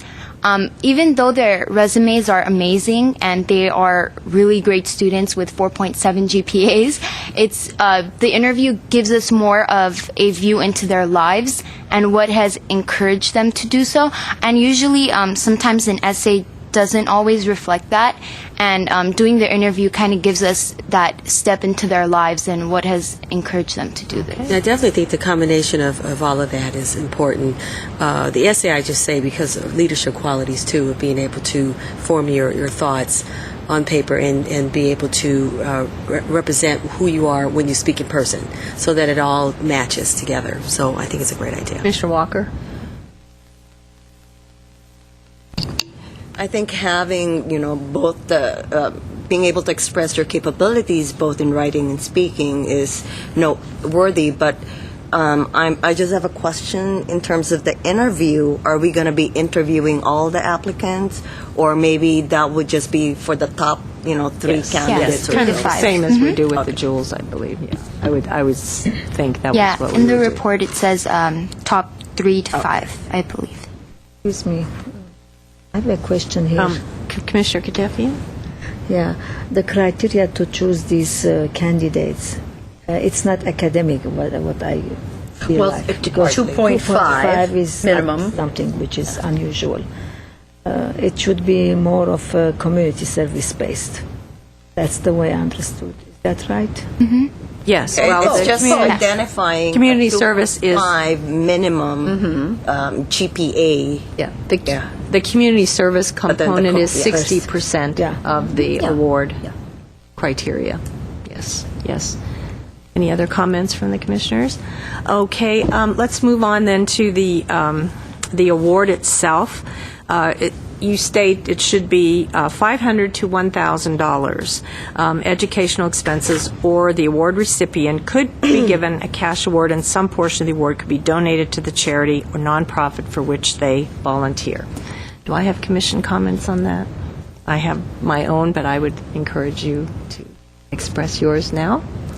So Commissioner Walker? The check will be given directly to the institution of higher learning? No. No. No, the check. Because I know in some of these scholarships, they don't give the check directly to the person, but to, the college or so. Right. This is the community service organization you're talking about. Well, that the student would be working with. One of our decisions has to be, do we want to, if we give $1,000, do we want the award to be split half to the student so that he or she can use it for college, and half to the organization to which they volunteer?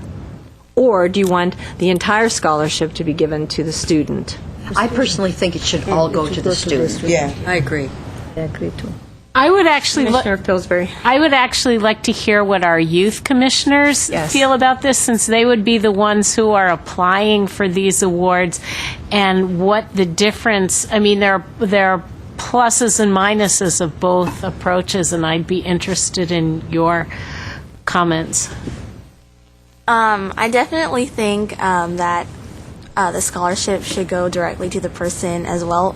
I mean, I guess there could be the trust issue about whether they would go out to Vegas and party with all the money. But then again, if you give it directly to the person, it makes it more personal, and also it's more of like a personal gift. And not to mention the whole application process. I mean, like Talara just said, it just shows their whole personality, and why wouldn't it not go to a higher education institution? Like, it's just rational that they would use the money for a good purpose.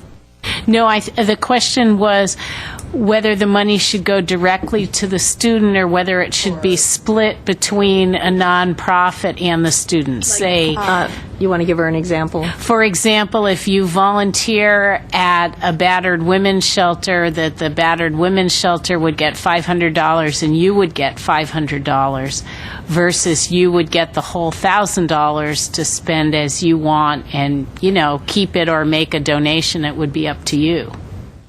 I think it should definitely go all directly to that one person. Yeah, I agree. I think that, I don't know if I just think, like Jill said, it would make it more personal. And these students have devoted their lives to helping other people, and I think giving it to them is kind of a way of saying thank you for doing the work that you do. Commissioner Walker? I think I like the personal acknowledgement for the hard work that they've done, the volunteer, and just completing the application itself and so on. And I know with the downward economics that we're experiencing right now, it's really difficult and it's really expensive going to college and funding all these other expenses. So any kind of help that we can give for exemplary students, I think would really come a long way. And if we give it to them, and if they decide to give a portion of that to nonprofits, then it's their choice. I guess I'm in the minority because I really felt that it should be 50-50, because I think that if we do it 50-50, number one, we would get more organizations to nominate, because it would be an incentive for them to nominate their volunteers, knowing that they would have a chance. And I think number two, the reason I thought it should be 50-50 was because it's a good lesson for the young person who wins this, that they are, again, and above and beyond, giving more to this organization that they've spent, as you say, a lifetime volunteering for, or how many, maybe a year or 2 years, however amount it is, that they are actually rewarding them as well. So it's like you're awarding two entities. And so that was my thought on that. But Chair Devine, I Yes, give the Sylvia. Geraldine Mannis Anson Scholarship to a worthy Glendale Community College young woman, and you can't believe the expenses these students face in terms of textbooks alone, etc., travel expenses to visit colleges. I mean, they deserve every single penny, and I really think it's just a matter of us to get the word out and get those worthy students to apply. And if we do that successfully, I think we'll have plenty to apply, and that we don't need the extra boost of the nonprofit. And I think the nonprofit, and I think the nonprofits would, definitely want their volunteers be recognized, despite the fact that they're not going to be getting any, donation. I don't think that would be a really critical factor for them to be nominating. And I think if we give it to the student, and again, it's the student who decides what they're going to, use it for, it speaks more of their character if they decide to, give some of it to their nonprofit or whatever, but not kind of like imposing certain, guidelines or criteria that you have to give 50% to this and so on. But give it to them. It's up to you. You decide what you want to do with it. Commissioner Malakian? If we still wanted to, donate to the organization also, I think 50-50 would be a little too much. If we still wanted to do that, we could maybe lower that percentage to something less. Well, I think it seems to be the consensus that we donate it all to the student, and I think that, is there a consensus? Well, I actually also agree that it's nice to give some money to the organization, and it's a gesture as the student is moving up in age to be able to be raising money for the organization, because these organizations need it too. So I think I agree that 50% sounds pretty high, but maybe there's some other, maybe it's $800 or $900 to the student and $100 or $200 to the organization. Something that's, not like $25, that's not much, but something that is, is somewhat significant. I think it's a good mix, and that's not to not recognize the expenses for college and for everything that life costs. But I don't know, to me, $900 and $100, or if we wanted to make the commission's contribution $1,100, so it was $1,000 to the student and $100 to the organization that the student has worked so hard for. I don't know. Well, I just think that if we do something like that, I think the numbers have to be kind of realistic, and the only kind of good way I can see of doing this would be like $500 for the scholarship and maybe $250 for the organization that he or she volunteers for. But it seems to be the most of the commissioners really want to give it all to the student. And you have a comment about go that. Go ahead, Commissioner Walker. One of the things that that we do for Kaiser Permanente is we do give out community service and academic scholarships. Some of these students have 4.0 and above, and one particular one that comes to mind, he donated 10,000 hours of community service to raising a puppy for the Guide Dogs of America. The organizations are happier to have volunteers that are dedicated because when you look at what it costs to hire someone to do that, it doesn't compare. Also, the time that the student is taking away from their study time to do that is already commendable. They're already learning what it is to give back to their community. And the 10 students that I interviewed for that all said that they learned from that experience that they'll always give back to their community. And I would think that they would do that when they have the money to give. But college is too expensive to take even $1 away. I mean, when I went to college, which was years ago, it was $100 a textbook. So you can imagine what they're going through now. So I think that it doesn't take the incentive of $500 from any organization to want to nominate someone. They should do that anyway because they got someone to help them where they didn't have the proper staffing to do that. And Commissioner Walker? Add on, we're not really talking about multiple, awards here. Okay, just one. And we're not talking about big bucks. Okay, just $500 to $1,000, and then if you cut and divide it, you're kind of like, watering down the value. And I do know that we want to acknowledge the nonprofits, and we do that with our partnerships, with our endorsements and sponsorships. And the other thing is that I think for the nonprofit, having a volunteer student honored spotlights the nonprofit itself in ways that non-monetary donations can equal. So, they have to think of it in other ways in terms of benefits. And Chair Devine, Yes. a representative from the nonprofit could be at the Jewel Awards, Yes, a right? So that we would be Yes. we would be recognizing Absolutely. that person and organization. Sure. Yes, so they would get some publicity out of this as well, sure. So what we need to do then is, from these conclusions that we've drawn this evening about the criteria, about the interview process, the process and the timeline, the award is to be between 500 and 1,000. Did we would have to vote on that as well, wouldn't we? Okay. Shall we start at? Does anyone want to kind of throw out what you think is best, Commissioner Pillsbury? I was just going to say we have to start by saying that we want to support this GEM award. Right. Well, I'm assuming, and I guess I shouldn't. Do we have a consensus that we're supporting this award? Yes.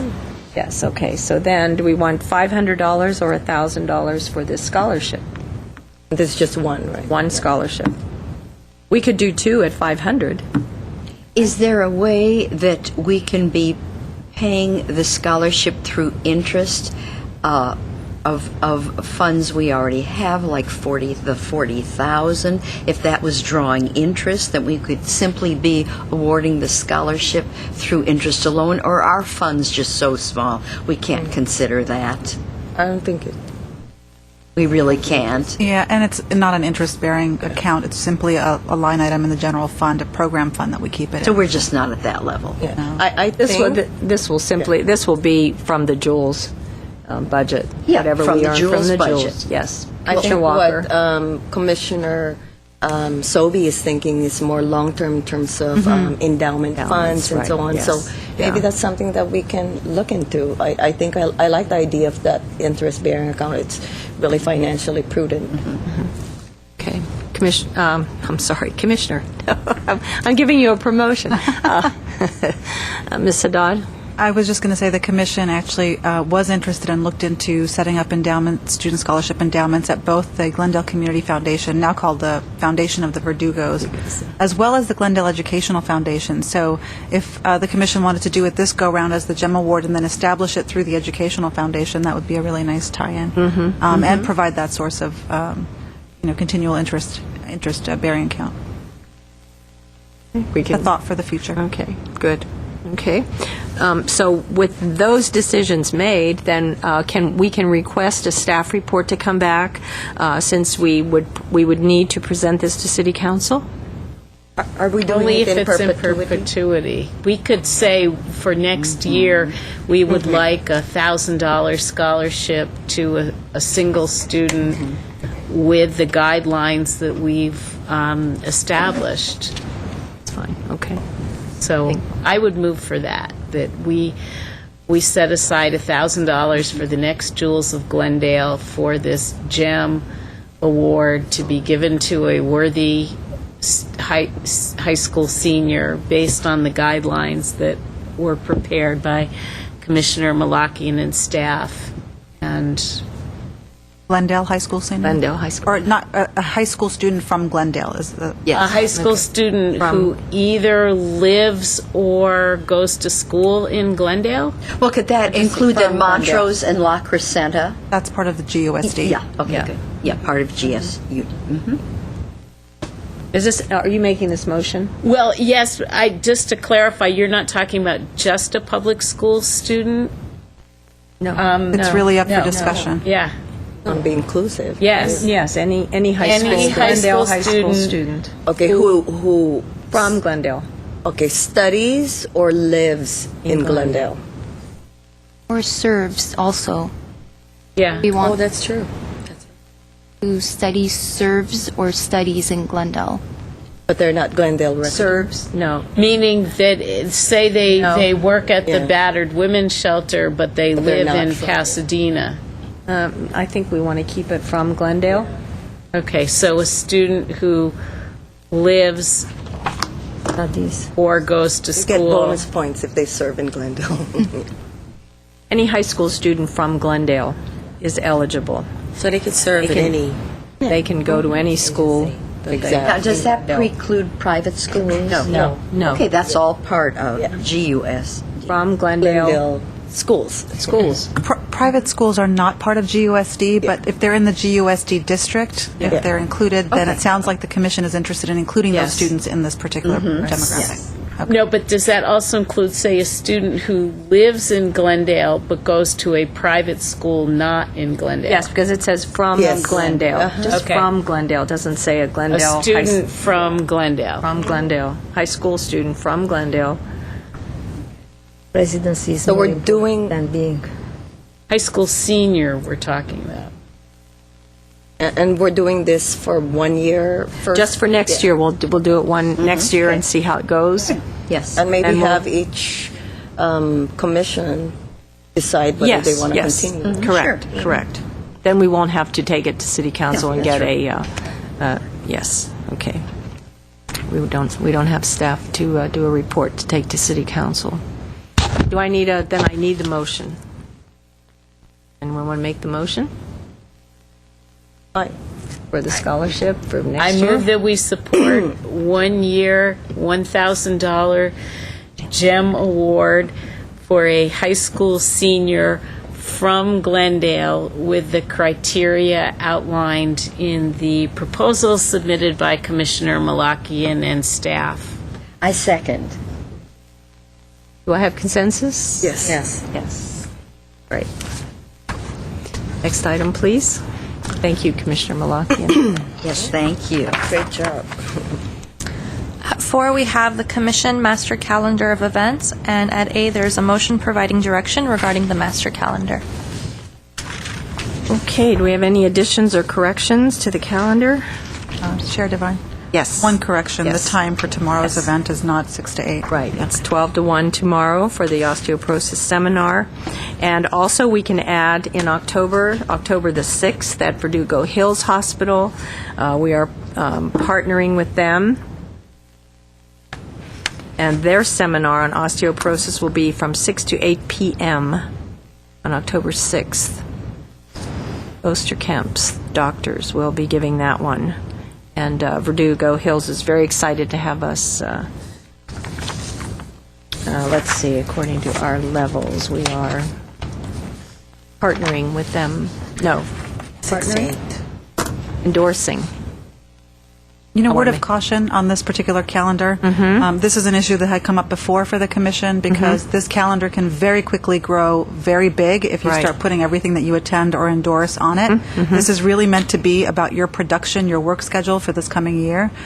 So although like the tomorrow's event is on here, if you really want to keep this thing as focused as possible, I would recommend that you don't include things where you're simply endorsing, that you really keep it focused on things that you're producing. Okay, To keep this very clear as to And what focused, needs to be Right. What needs to be on your calendars, for example, because really the community has an event, 3 or 4 events going on every single day. And there's Right. no way to keep this clear if you're going to that's true. include those things on here. Right, but if we're endorsing it and they're using our names and if we should maybe put in an appearance, shouldn't they be on the calendar? Or we could put in an appearance? This was really something that was meant to be very clearly the work that you were engaged in, your events for the months that were laying ahead of you, so you could Okay. lay out your work calendars. Okay. So there's certain Okay. things on here that are annual events that you do attend. My recommendation would really be to clarify those things off, so like Bras for a Cause doesn't need to be on your calendar here. You could actually, that's coming up. It would be part of that local events that are going to be discussed and talked about and endorsed in a different item, but really keep this calendar focused on the work that you are doing. Okay. All right. Okay. For July, I don't know if this is the time for me to mention that Ramela Markarian is coming to speak with us on the Ladies Auxiliary for the Armenian American Medical Association, and I'm working on Dr. Law from Verdugo Hills to come and speak about scleroderma. So that will be the program for next month. And it's the Armenian American Medical Ladies Auxiliary of California. Association, Armenian American Medical Association, and it is their Ladies Auxiliary. Okay, great. I know, it's a mouthful. Great. I don't even know what scleroderma is. Okay, and we'll all find out next month. It's a rheumatoid disease. Okay, so any other comments or, okay. So do I have a motion to accept the calendar as presented? I move that we accept the calendar as Do presented. I have a second? I second. And consensus? Yes. Yes? All right, next item, please. At 5B, reports information only. At 1, Commissioner Walker will give a report on the ACCW quarterly meeting. We had a quarterly meeting near LAX, and it was attended by 8 commissions and about 14, 15 commissioners. And the first thing, ACCW businesses with regards to nominating committees, treasurer's report, update on our 501c3 or C6 status. And I would like to congratulate Commissioner Lamel for being chosen as the treasurer for ACCW. So congratulations. I think that the highlight of the meeting was the 2 keynote speakers that we had, and they I have another.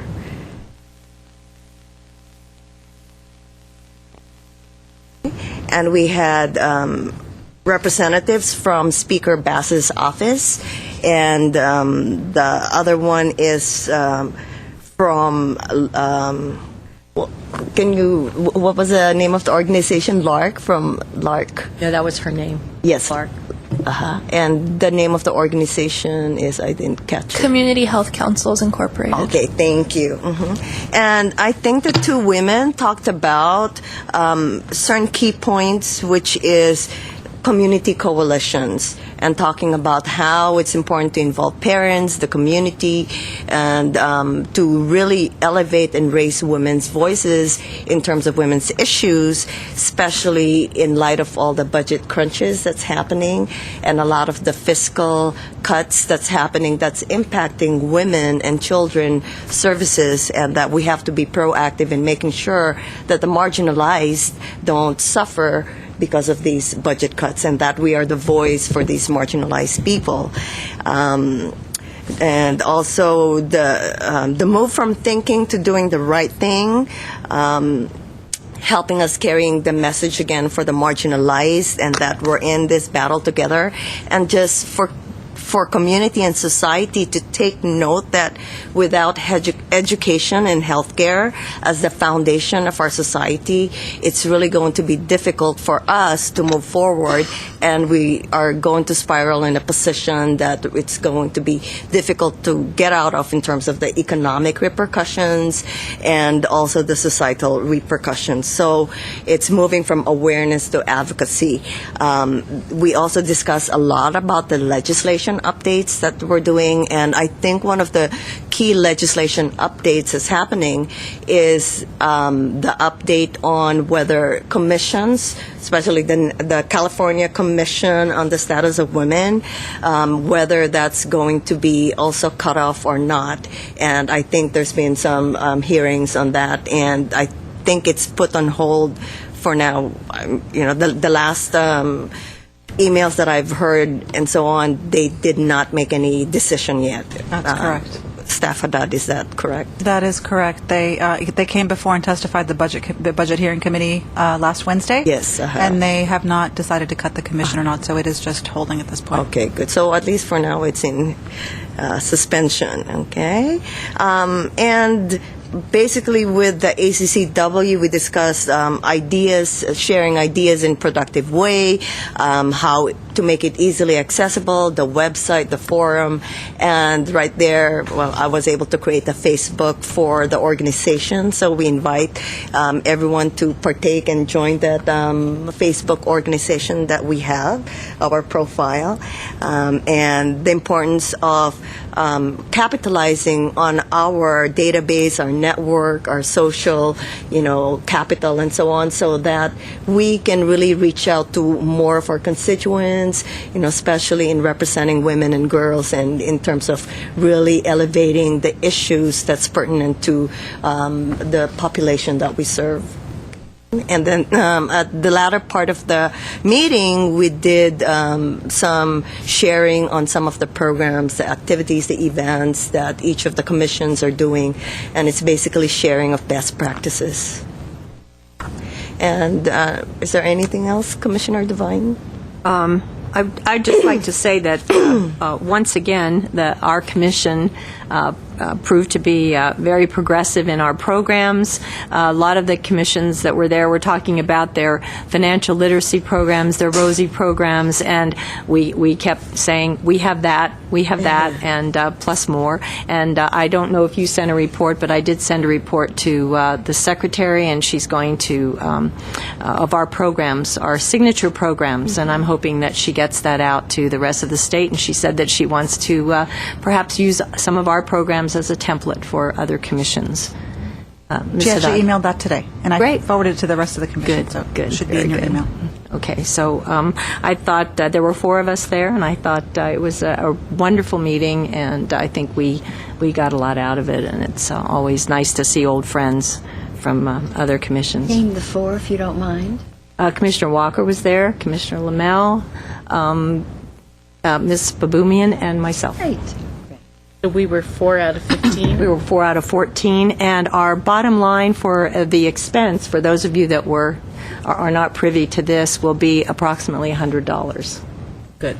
Okay, so that was at 14 there, and we'll be paying $100, and it was very nice, very good meeting. Thank you. I think it's really always good to be able to communicate and, cross-pollinate ideas on how, the different programs are. It validates that the things that we're doing are really on track and I think advanced compared to the other commissioners. Mm-hmm. Yes. And also, it's really a good forum for exchanging ideas, and so that we're not just insular in terms of our focus and our outreach, that, we go beyond what, the trends and issues beyond Glendale. And we did get some good ideas that we're going to put into practice the next event that we have. So it was a fine day, very fine day. Okay, thank you, Commissioner Walker. Next item, please. 5B2 is an update on the National Vigil for Hope. And report, please. In a nutshell, the vigil was the vigil to honor and remember those who were abducted from the communities. In particular, this was a national vigil, but this was the LA and Orange County chapters that was happening here, local for both counties. We had approximately 50 attendees who were present at the vigil from both Los Angeles and Orange County. The family of Amber Dubois came, the grandmother, mother, and father and stepmom all were there. Very moving speeches from them, really difficult to hear and look at that kind of loss, and really understand what that could mean. In terms of the allocated monies that the Commission had dedicated for this event, you had all set aside an amount up to but not to exceed $250. At the time of the writing of this event, we had not received the labor costs yet, but I did receive them from Parks, and the total amount of the event to the Commission was $90.38, $80 for labor, and then $10.38 for water. And it was a hot afternoon, so it was very much appreciated. For those of you that didn't attend, Amber Dubois, 15 years old, and the news press did a very nice article about it and did put her picture in. She disappeared on Valentine's Day, walking to school. Very small town down in Southern California. Escondido? What? Yeah, North Orange County, North San Diego County. Yes, San Diego County. It's a farm community. She had a check in her purse or in her pocket to buy a lamb because she was a member of the Future Farmers of America. And she was going to buy a lamb that she would raise and take to a 4-H competition. And passersby saw her 200 yards from the school, and she never made it. And they have yet to find her. They have no clue. And so the parents, grandparents were there and had her picture.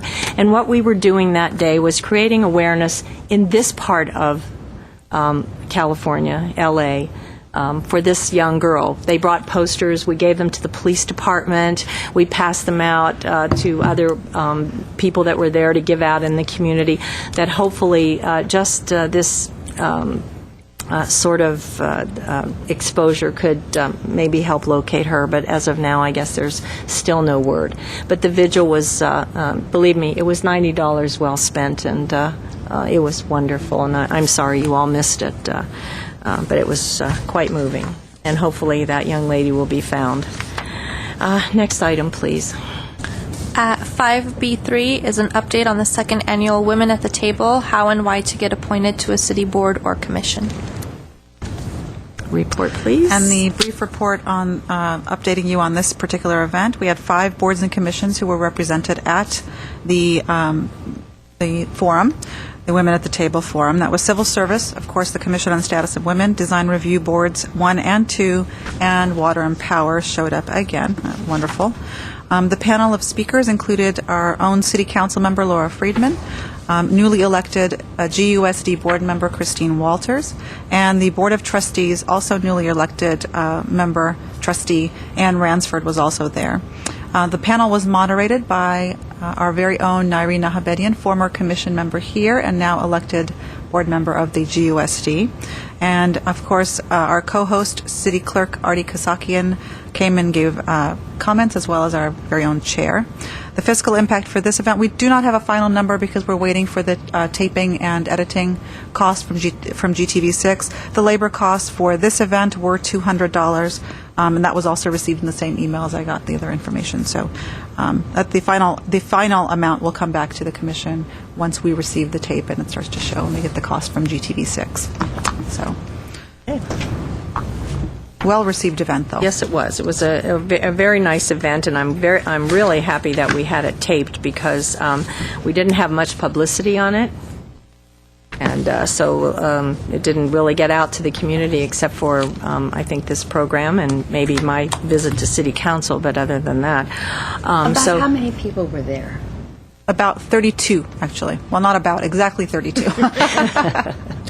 32. I think, yeah, it was, but the women that spoke were excellent. So you should look forward to seeing it on GTV6 when the taping finally airs. So thanks to City Clerk Kasakian for helping us with that one. It was a very nice evening. Okay. He did supply the food. He did, and it was great, wasn't it? Yes, it was. Yes, it was. Yeah, Any other Damon's also comments? wonderful. Okay, so next item is... At 6, we have commission and staff comments. Okay, so I'll open up to the dais.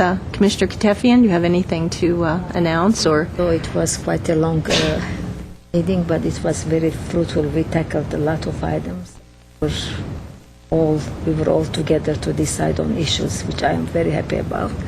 At the same time, I haven't seen Christine Babunian, so I just welcome her with our board. And I wish Lana good luck, and we see her sometimes maybe. Absolutely. Commissioner Lamel? Well, I too would like to wish Lana good luck, and also to welcome Christine again, and she did a great job on her first meeting. We look forward to continuing. I'd like to also share with everyone, I had an opportunity to go on a U.S. Navy tour through, along with the governor's office, and they flew us on a military helicopter out to the USS Princeton, which is about 60 miles out to sea off of San Diego. And the purpose of that is they are looking to diversify more with their leadership, meaning women and minorities. They now have on that ship close to 390 enlisted and officers, and less than 20 are women. But the captain announced that there would be 40 women joining the ship in August. They are definitely looking forward to that, and they are looking forward to more opportunities for women to be a part of the military, not necessarily on the ship, but just in the Navy. It was quite an experience.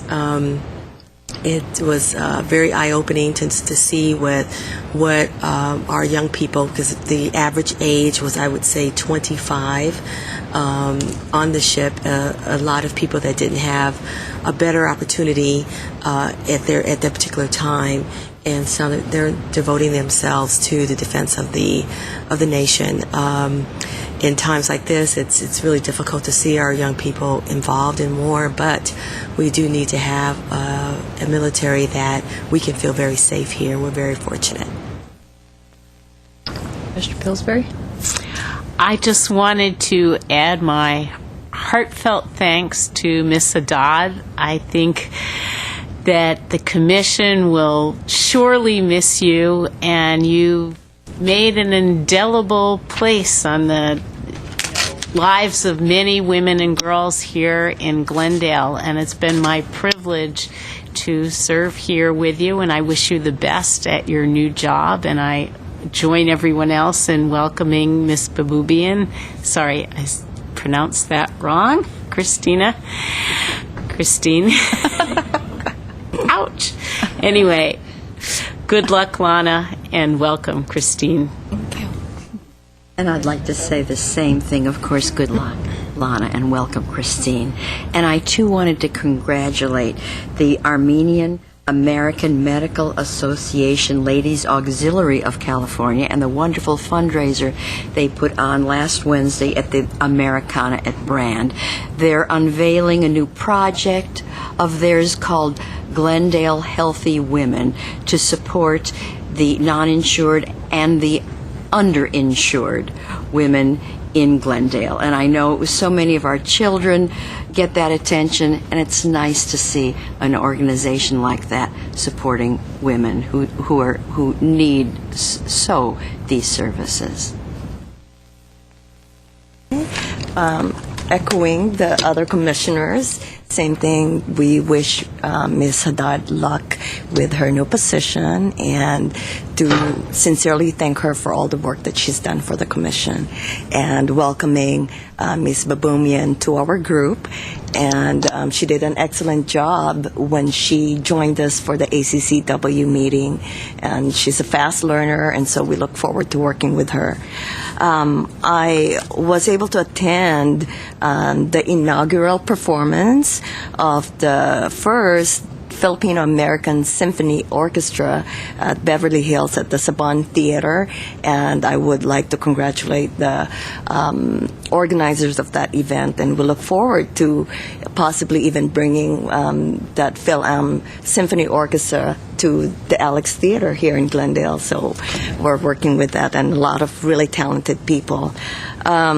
Also, we would like to wish Chief Randy Adams good luck. I think, is it July 10 that he will be leaving his post? And we want to thank him for all the wonderful work that he's done for our community. And thank him and his staff for the hospitable tour of the Glendale Police Department that Commissioner Lamel and I were able to partake from the Jewels of Glendale, auction from last year. Commissioner Lamel won it, and we had a wonderful lunch with Chief Adams and a really eye-opening tour of the Glendale Police Department. It's just really amazing to see the different departments, the hardworking people behind, these things. And to say that we're really fortunate to have a sterling police department in our city, which provides us a really safe neighborhood and secures our persons and property. Thank you.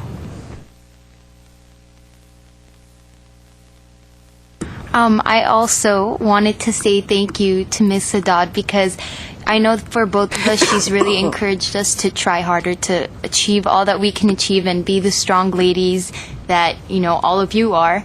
And I wanted to say thank you, and I look forward to seeing you around, Ms. Babunian, and I look forward to that. And I also wanted to mention that I had the opportunity to be at Women at the Table, and it was great seeing Miss Walters and just all of them. They were absolutely inspiring, and it was a great event.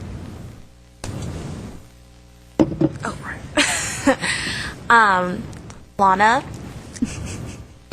stay chic, and flower power. It's all flower power, and I love you. And that's just basically what I just said last time, but I wanted to repeat those words for an added effect. And I know I will say your last name wrong, so I will not even attempt that. But I'm just glad to have you here, Miss B. And also kudos to Talar, because that was awesome, this whole proposal thing. I saw the technicalities of it, and it was just really cool. Oh, well, so has that time come, huh?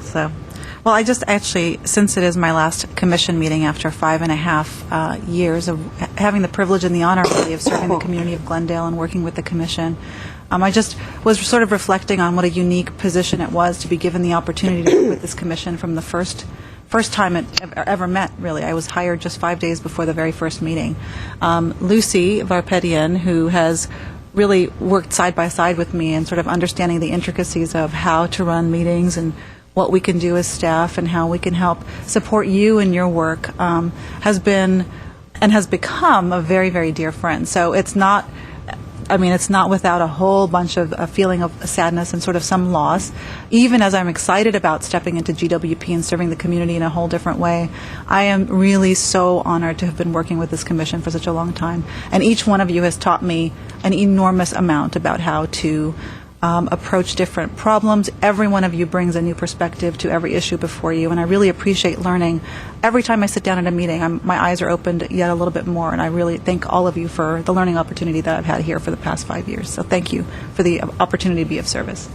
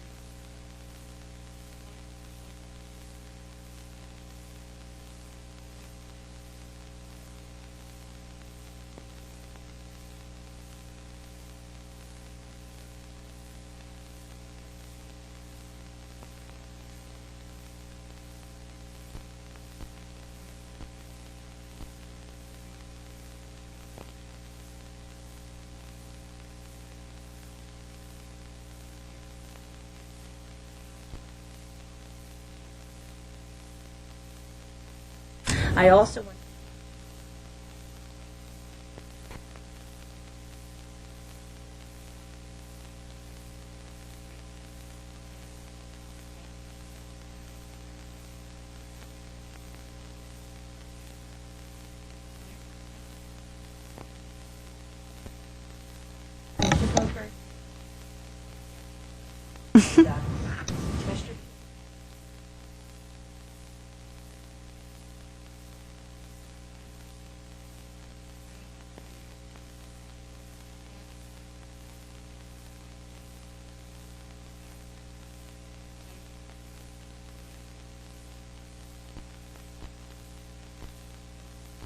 flower.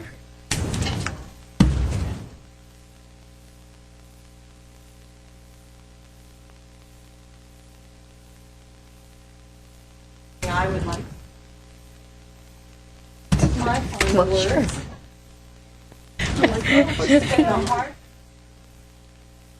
Sensitive.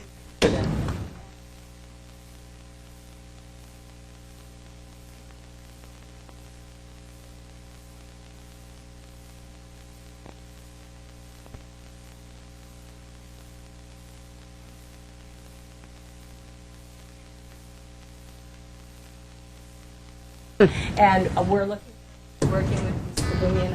I know. Hi, ladies. Hi, ladies. Oh, wonderful. Thank Do I have a you. motion? We adjourn the meeting. This meeting I'll is second. adjourned at 8:05. Thank you.